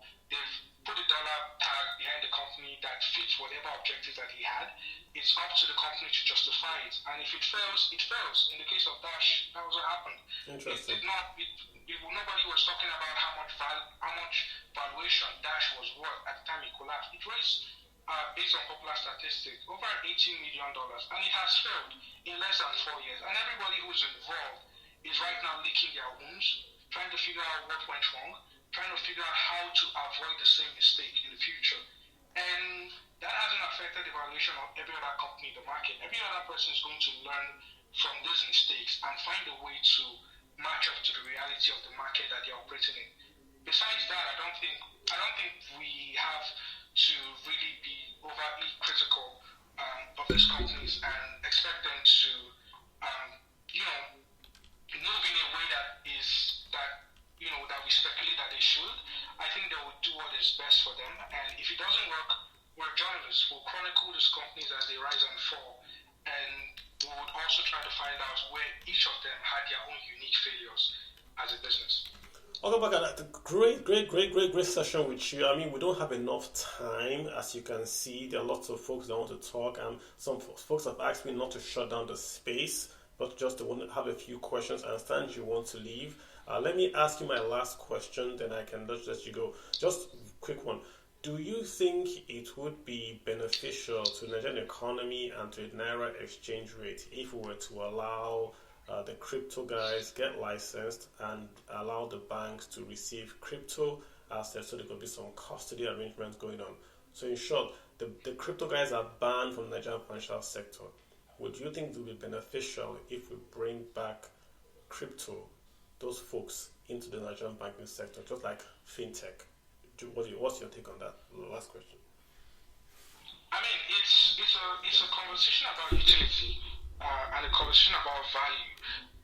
The Nigerian financial system, the way Emefiele has conditioned us, I think that's the right way to look at it, since 2016 in particular, has been such a very hostile environment when it comes to monetary policies to support how the Naira, should trade. And so he has he has, left a very ridiculous precedent for any other person that has come after him. And so you've seen a level of hostility with anybody who wants to even be involved in international payments over the last 6 years. It's unfair, it's been destructive, and we're only now beginning to understand how much destruction he has caused to the Nigerian economy. And so I would say for that question, it is a question of how is the government going to embrace it fully? Because again, the one thing to understand is Nigeria has had currency controls for a long time. Even before Emefiele, there were currency controls to ensure that the naira to dollar exchange rate was stable. What has happened in the last 6 years is the rate of that gap has accelerated so much that it's no longer sustainable. And again, the rest of the economy has just been messed up with the dual reality of Mifi and Buhari. So that's a general issue. Right now, do I think that opening up the crypto space in Nigeria would help? I would say if the government is able to find a way to ensure that cryptocurrency plays nicely with the Nigerian financial system, I think there might be some value there. For example, if you're able to send USDT from the US to Nigeria, and that USDT, you can move it from your USDT wallet into a Nigerian bank account, and the CBN can track that transaction happened legally. It was not fraudulent. It's something that could be valuable for an economy like Nigeria, where we have a huge or growing diaspora that is sending tens of billions of dollars back to the country, and they're looking for a fairly decent and stable way to send this money. And so I think if the CBN itself can have full confidence that it can legally track how funds move, whether it's fiat or crypto, I feel like it will be valuable to the rest of the economy, generally. I do not think that it will be destructive. But if the CBN is not able to guarantee or ensure that crypto plays nicely with the rest of the financial system, what you would have is the reverse, where people would look for a way to flush out money out of the country, legally and illegally, using crypto. And that would be detrimental to Nigeria entirely. And so that would be my take on crypto. If it's able to track how funds move, and again, by track, I do not mean destroy the privacy that comes with crypto. I simply mean be able to ensure that the cryptocurrency exchanges involved are able to provide proper KYC, know your customer, and anti-fraud checks to ensure that a Yahoo Boy, for example, doesn't simply move $100 million from the US to Nigeria, and that money is not going to be traced in any sense or form. If the CBN is able to ensure that is happening, where you're able to track fund movement legally and allow people move money legally again, then I think there might be some value there.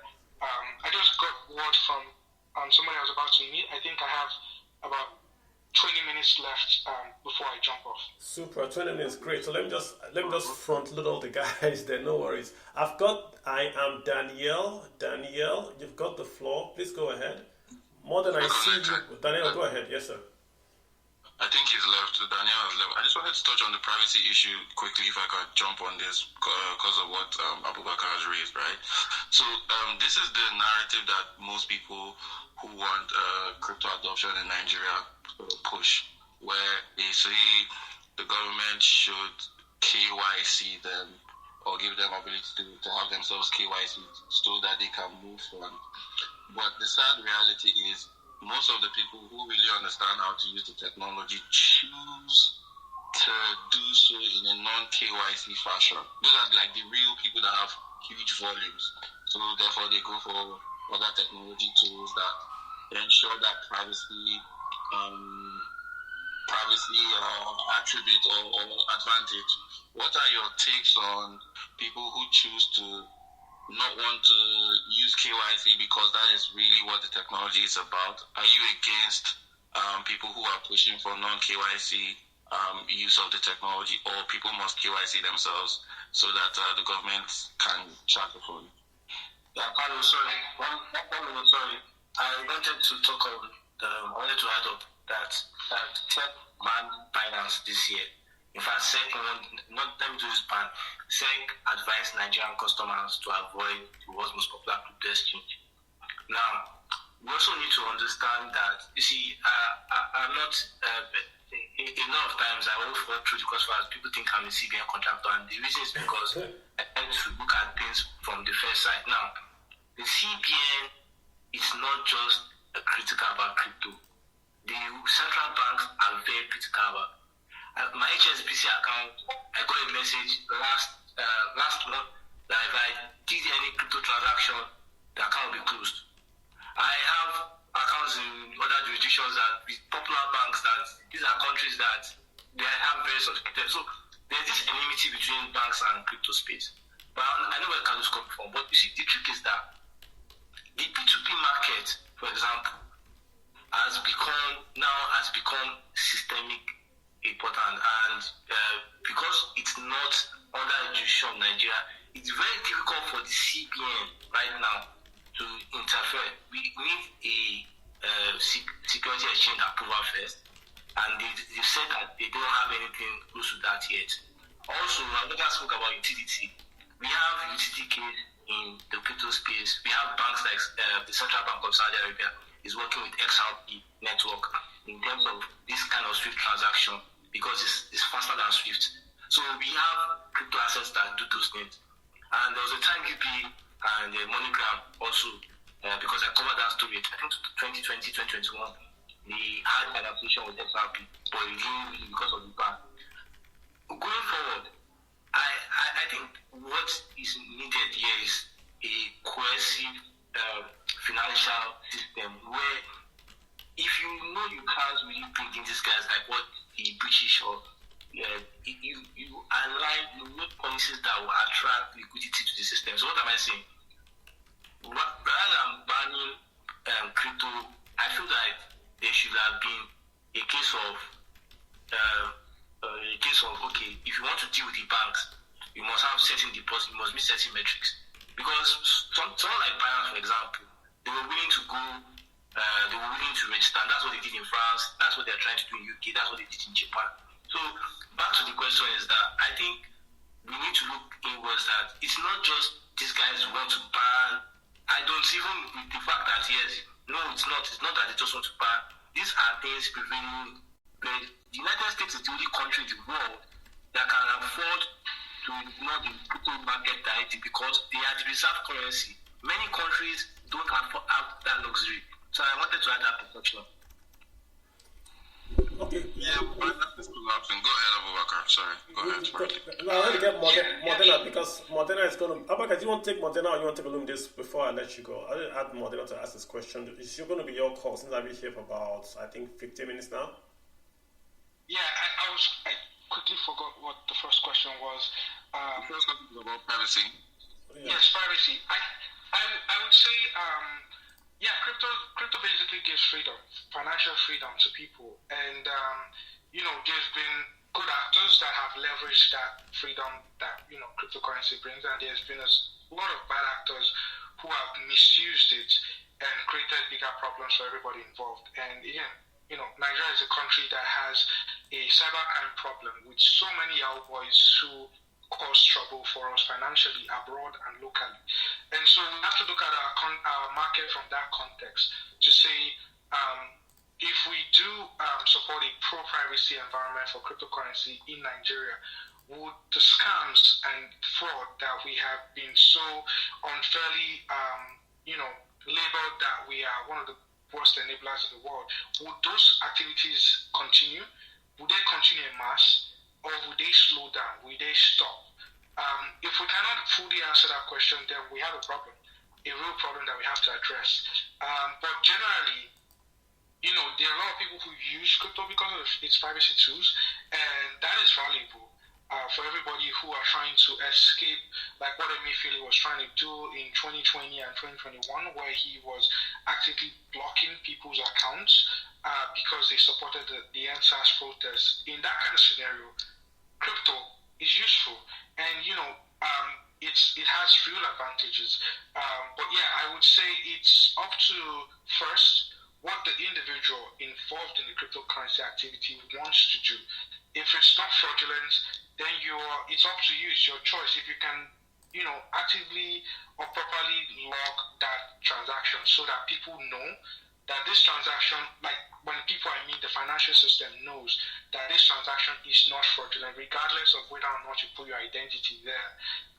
But that is where the challenge is. Do you want total freedom to access financial tools in a market like Nigeria that has high rates of cybercrime? Or do you want to have protection where the market itself is able to ensure that risk of cybercrime is reduced to the bare minimum and everybody can feel safe transacting in the Nigerian financial system? That is the bifurcation of the market that we are in when we're having this conversation about privacy. Nigeria is not in a space where a person can make a statement and say the Nigerian government is watching us. You can say that, make that statement, and you see how true it is. And you can also see how nuanced it is.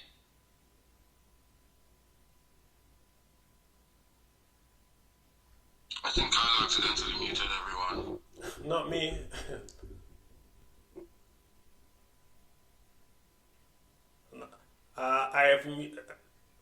Everyone should be able to speak now. I didn't touch it. Olumide, can you hear me? Yeah, I can. Yeah, I didn't touch it. I think he just went off or so. I didn't touch it. Abubakar, you're okay to speak. Go ahead. Yeah, so that would be my point. Is like the Nigerian financial system is different from the US. If we want pro-privacy, the financial system would have to get to a point where it feels safe with the level of transaction activity that's happening. If we want pro-security, the system itself would have to ensure that it's not maltreating people or unfairly targeting people that use this exchange mechanism. And so that's where we are. We don't have that level of trust with the government, and we also do not have that level of trust with some of our citizens who are engaged in huge volume of cybercrime. Would you say that it is wrong to deal with people who give exposure to cryptos that are OFAC compliant? Because once your token is OFAC compliant and you're asking for regulation, you're basically calling for, because in the case that you did mention, right, of the answer, the people who resorted to finding a solution during the answers debacle chose to use a technology that wasn't so stringent and OFAC compliant and could use chainalysis and all of that, right? So should the message rather be people, while I agree with you, right, but I would slightly disagree that privacy would push out influx of money. I think that what Nigeria needs, or what Nigerians need, like people like Carlo are calling for, is more of the dollars, residing in the country to help move the economy, whether or not the people who hold the dollar are good or bad people, right? So if there's more privacy, you allow people to freely use their money within the... That's just how I see it, right? Freely use the money how they feel.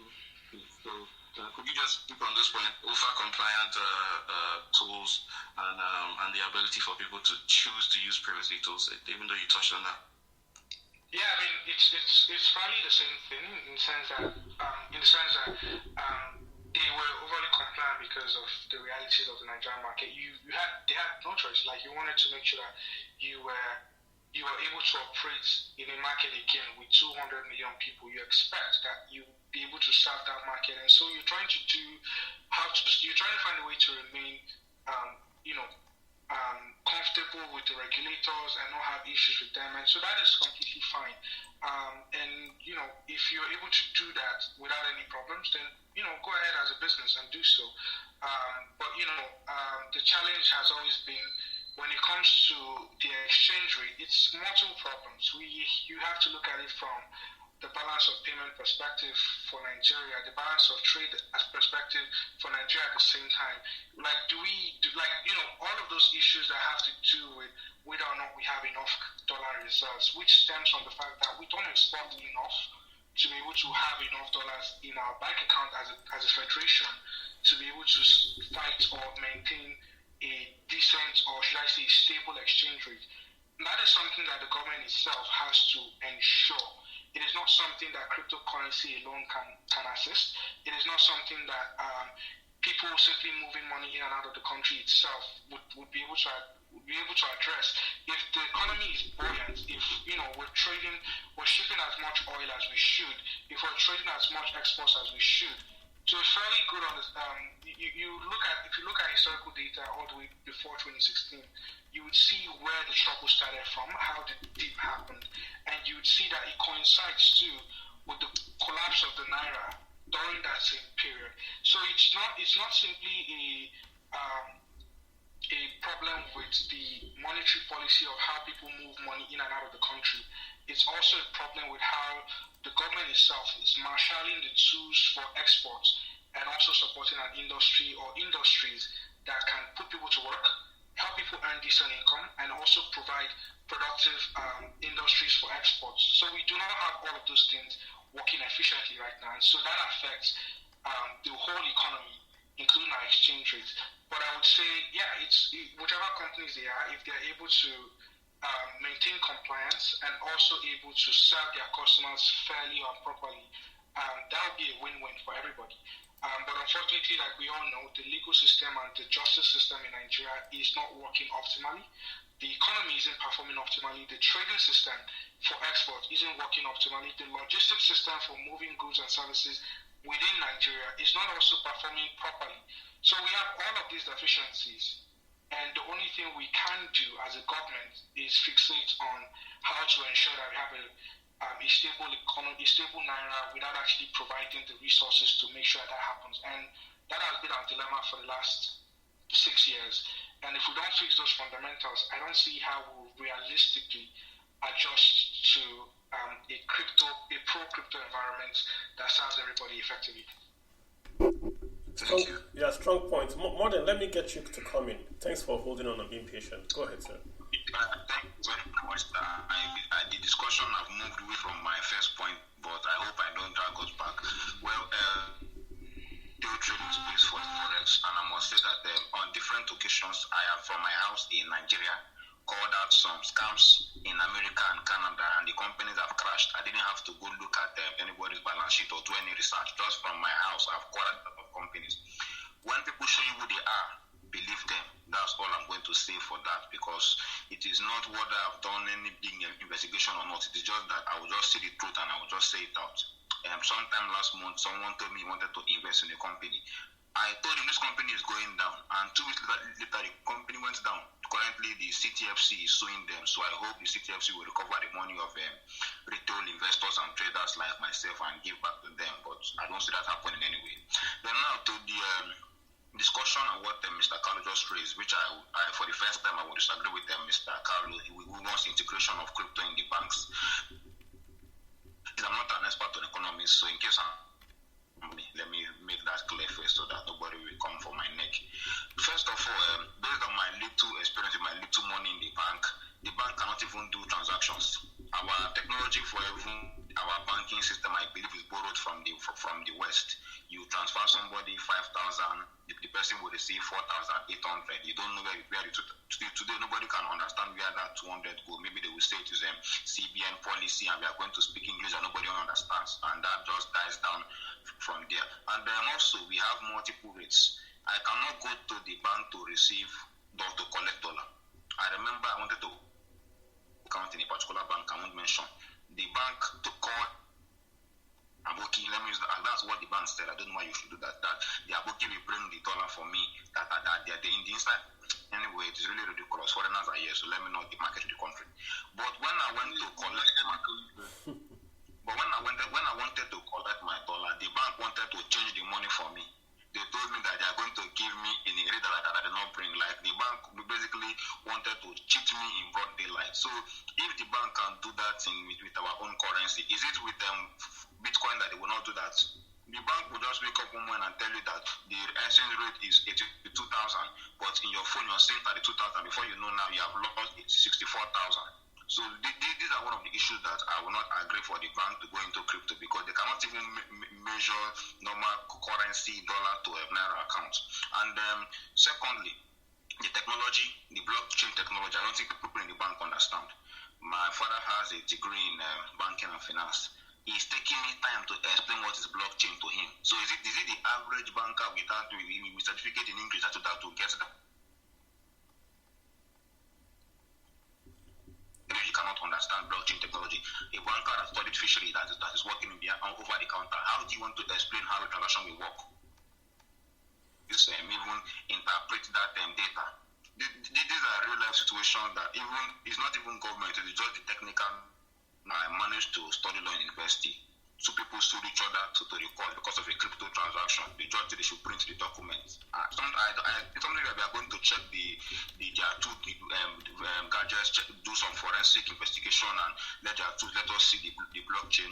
My friend from the university said that as a research person, he called me and said that what did they do? He now showed me some documents instead of them subpoenaing some phones, if that was the right word to do. And thirdly, we in the Nigerian space, we love control, particularly from the government side. Anything government cannot control and they don't know how to tax, then they will just destroy. That's why Abubakar here talked about Emefiele and his rogue practices, because they want a system whereby they can be able to track. This morning I read an article from a political figure here, I hope it is wrong, that Access Bank is suing a group of people because of somebody hacked and the person went to do transaction in pound to pound, in peer-to-peer rather, and all of a sudden it is the dealers that are being sued, not even the hackers. So I hope that is a lie anyway, because in a same crime you go for the person that collected money, not for the people that sold something from the alleged criminal or whatever. And also for this space, I felt so bad in this space at the point in time, because the topic is funding, scaling, and funding and scaling are part of the topics, but we are ending up talking about scams and talking about problems and issues, and we don't even mention a company that needs funding or a company that needs scaling. Instead, we are looking for some sort of consumer protection and some sort of good behavior, which I believe is not even good for investors, because investors will not come here to this place and maybe they want to hear about our companies, but instead we are busy calling out some companies that have run away to Estonia, as the case may be. And then in conclusion, sir, our banks are not really doing a good job. You make a transfer today, the person will receive it next week. So if it comes to crypto now, because we don't even have light as common as it is. Somebody that want to, let me say our volume gets to like $1 billion per day now, for example. How will the bank handle such volumes of transactions when they off the chain around 8 o'clock? Because for crypto, they will need at least a constant power supply. So a chain that is off at 8 o'clock now. So when you receive your crypto by 10 o'clock now, before you know, your money have disappeared by 2 a.m. So these are the things I wish people in the tech space can at least clarify, so that we can see what to do, not just the central bank, but the bank themselves. I believe that they are clueless. They don't even know what blockchain is. Thank you very much, sir. Yeah, lots of questions. I'm not sure if Abubakar can answer all as this is time bound, but let me just address a few issues. Really want to talk about funding issues for tech space in Africa. And at the very top, Abubakar talked about the funding in Africa, and just number one, about the African companies still having funding issues. We did touch that. We talked about going concern. That's what we said. Talk about the what's their name, the Dash and the rest. We spoke about those guys as well. So it's just to touch base and see, take a thermometer to the African tech space particularly. We're not trying to raise funds here, but he writes a lot of good stories, and I wanted to bring this one that we just talk around them, right? It's very instructive for investors to come and listen to us talk about this company, so they can also get a gauge on how we do view this company. I think we've done a good job in bringing up many issues. Usually when I do spaces, we end up discussing what's not on the cryo, because really topics can go everywhere. I think Abubakar has been very, very patient with us and has given us his own side of the issues. He's not a regulator, he's just a journalist, and we've really put him under pressure and he has answered. So let me just say it that way, that it's been a good session with him. Possibly we'll try to bring him back. Remember, we're also off for 30 minutes.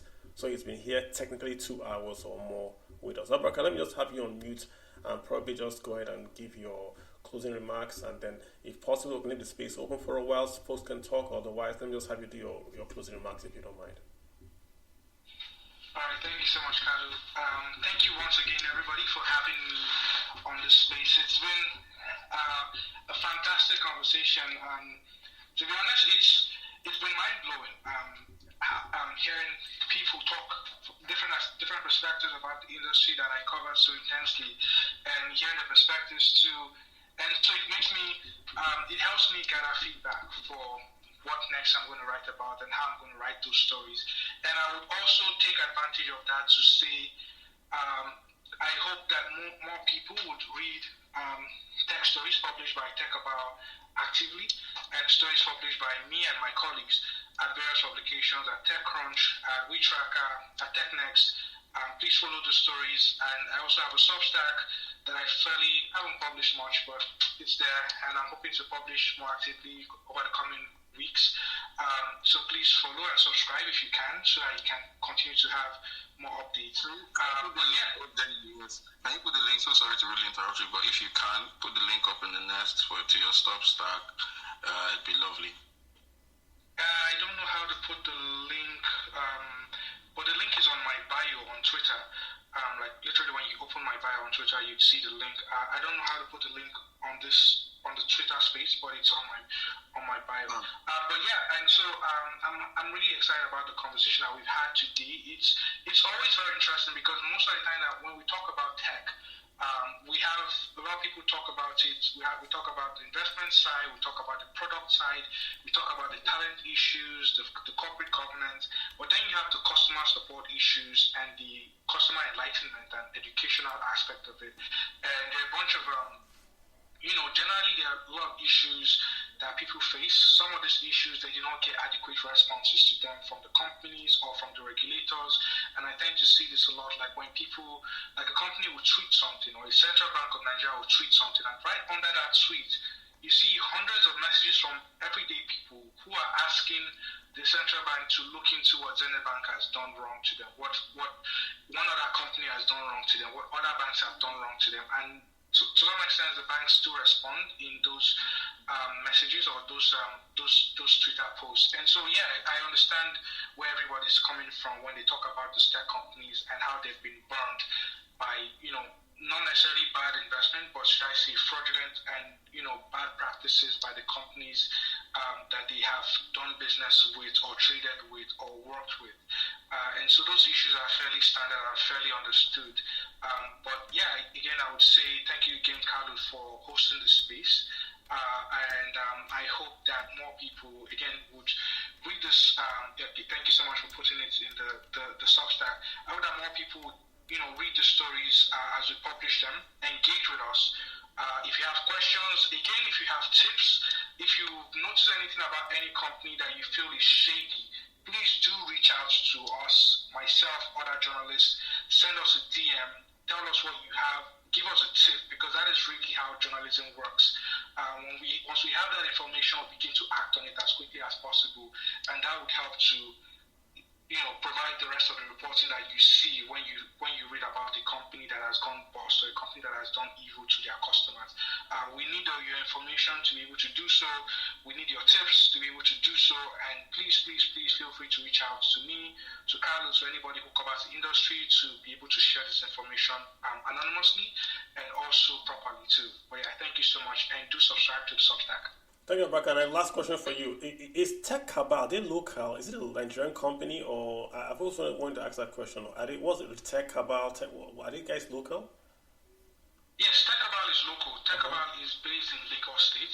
TechAbout is a subsidiary of Big Cabal Media, the same company that owns Zikoko, the popular pop culture website. And so we own that, and TechAbout too. What, the TechCrunch? Is it you guys as well? No, TechCrunch is an international publication based in the US. So Cabal is local one then. Okay, it's local. Gotcha. Okay, just clearing that up. Okay, super. Okay, thanks, Abubakar. I mean, I can't thank you enough. I know we've gone back and forth on this, and I appreciate you coming and spending time and just educating us all. I think I've learned a lot today, and I thank you for your time. I appreciate it. For all those that also contributed, thank you so much. I think we've taken cognizance of it. This stuff is recorded. If you go to my top of my TL, you see the podcast link there. Once we're done, I'll share it so you can also listen to it. If you have a question or follow-up, send me or Abubakar a DM, and of course to address it. We always here every weekend, Sunday, 7 p.m., talking about money, finances, and of course the economy. We're going to be here next week again. I'm trying to bring in some big boys They have 2 apps that we can talk about Nigeria, how to track things in Nigeria, and talk about the budget and all that. So be here next week Sunday again with us when we do that. Also get my book, guys. If you're interested in investing, you can't be an investor if you don't understand how money works. You cannot know how money works simply because you earn money. That's like saying I'm a doctor because I have a body. No, you've got to understand how money works, how it's investable, what are the risks and all that. So get the book. It's on Amazon. It's titled Let's Talk About Your Money. Read it. Understand how to invest, how to do an asset allocation, how to do a simple budget, how to understand what return on investment is. Read, understand, and most importantly, apply. Don't wait before you invest. Then you start to wait, right? All right, folks, I'm going to let you guys go. Enjoy the rest of your weekend. Tomorrow is Monday. It should be a blessed weekday for all of you guys. Peace to the world. Thank you, Abaka. Thank you, Limited. Thanks to Satoshi, all guys that are coming to you. You guys have a good day and enjoy the rest of your weekend.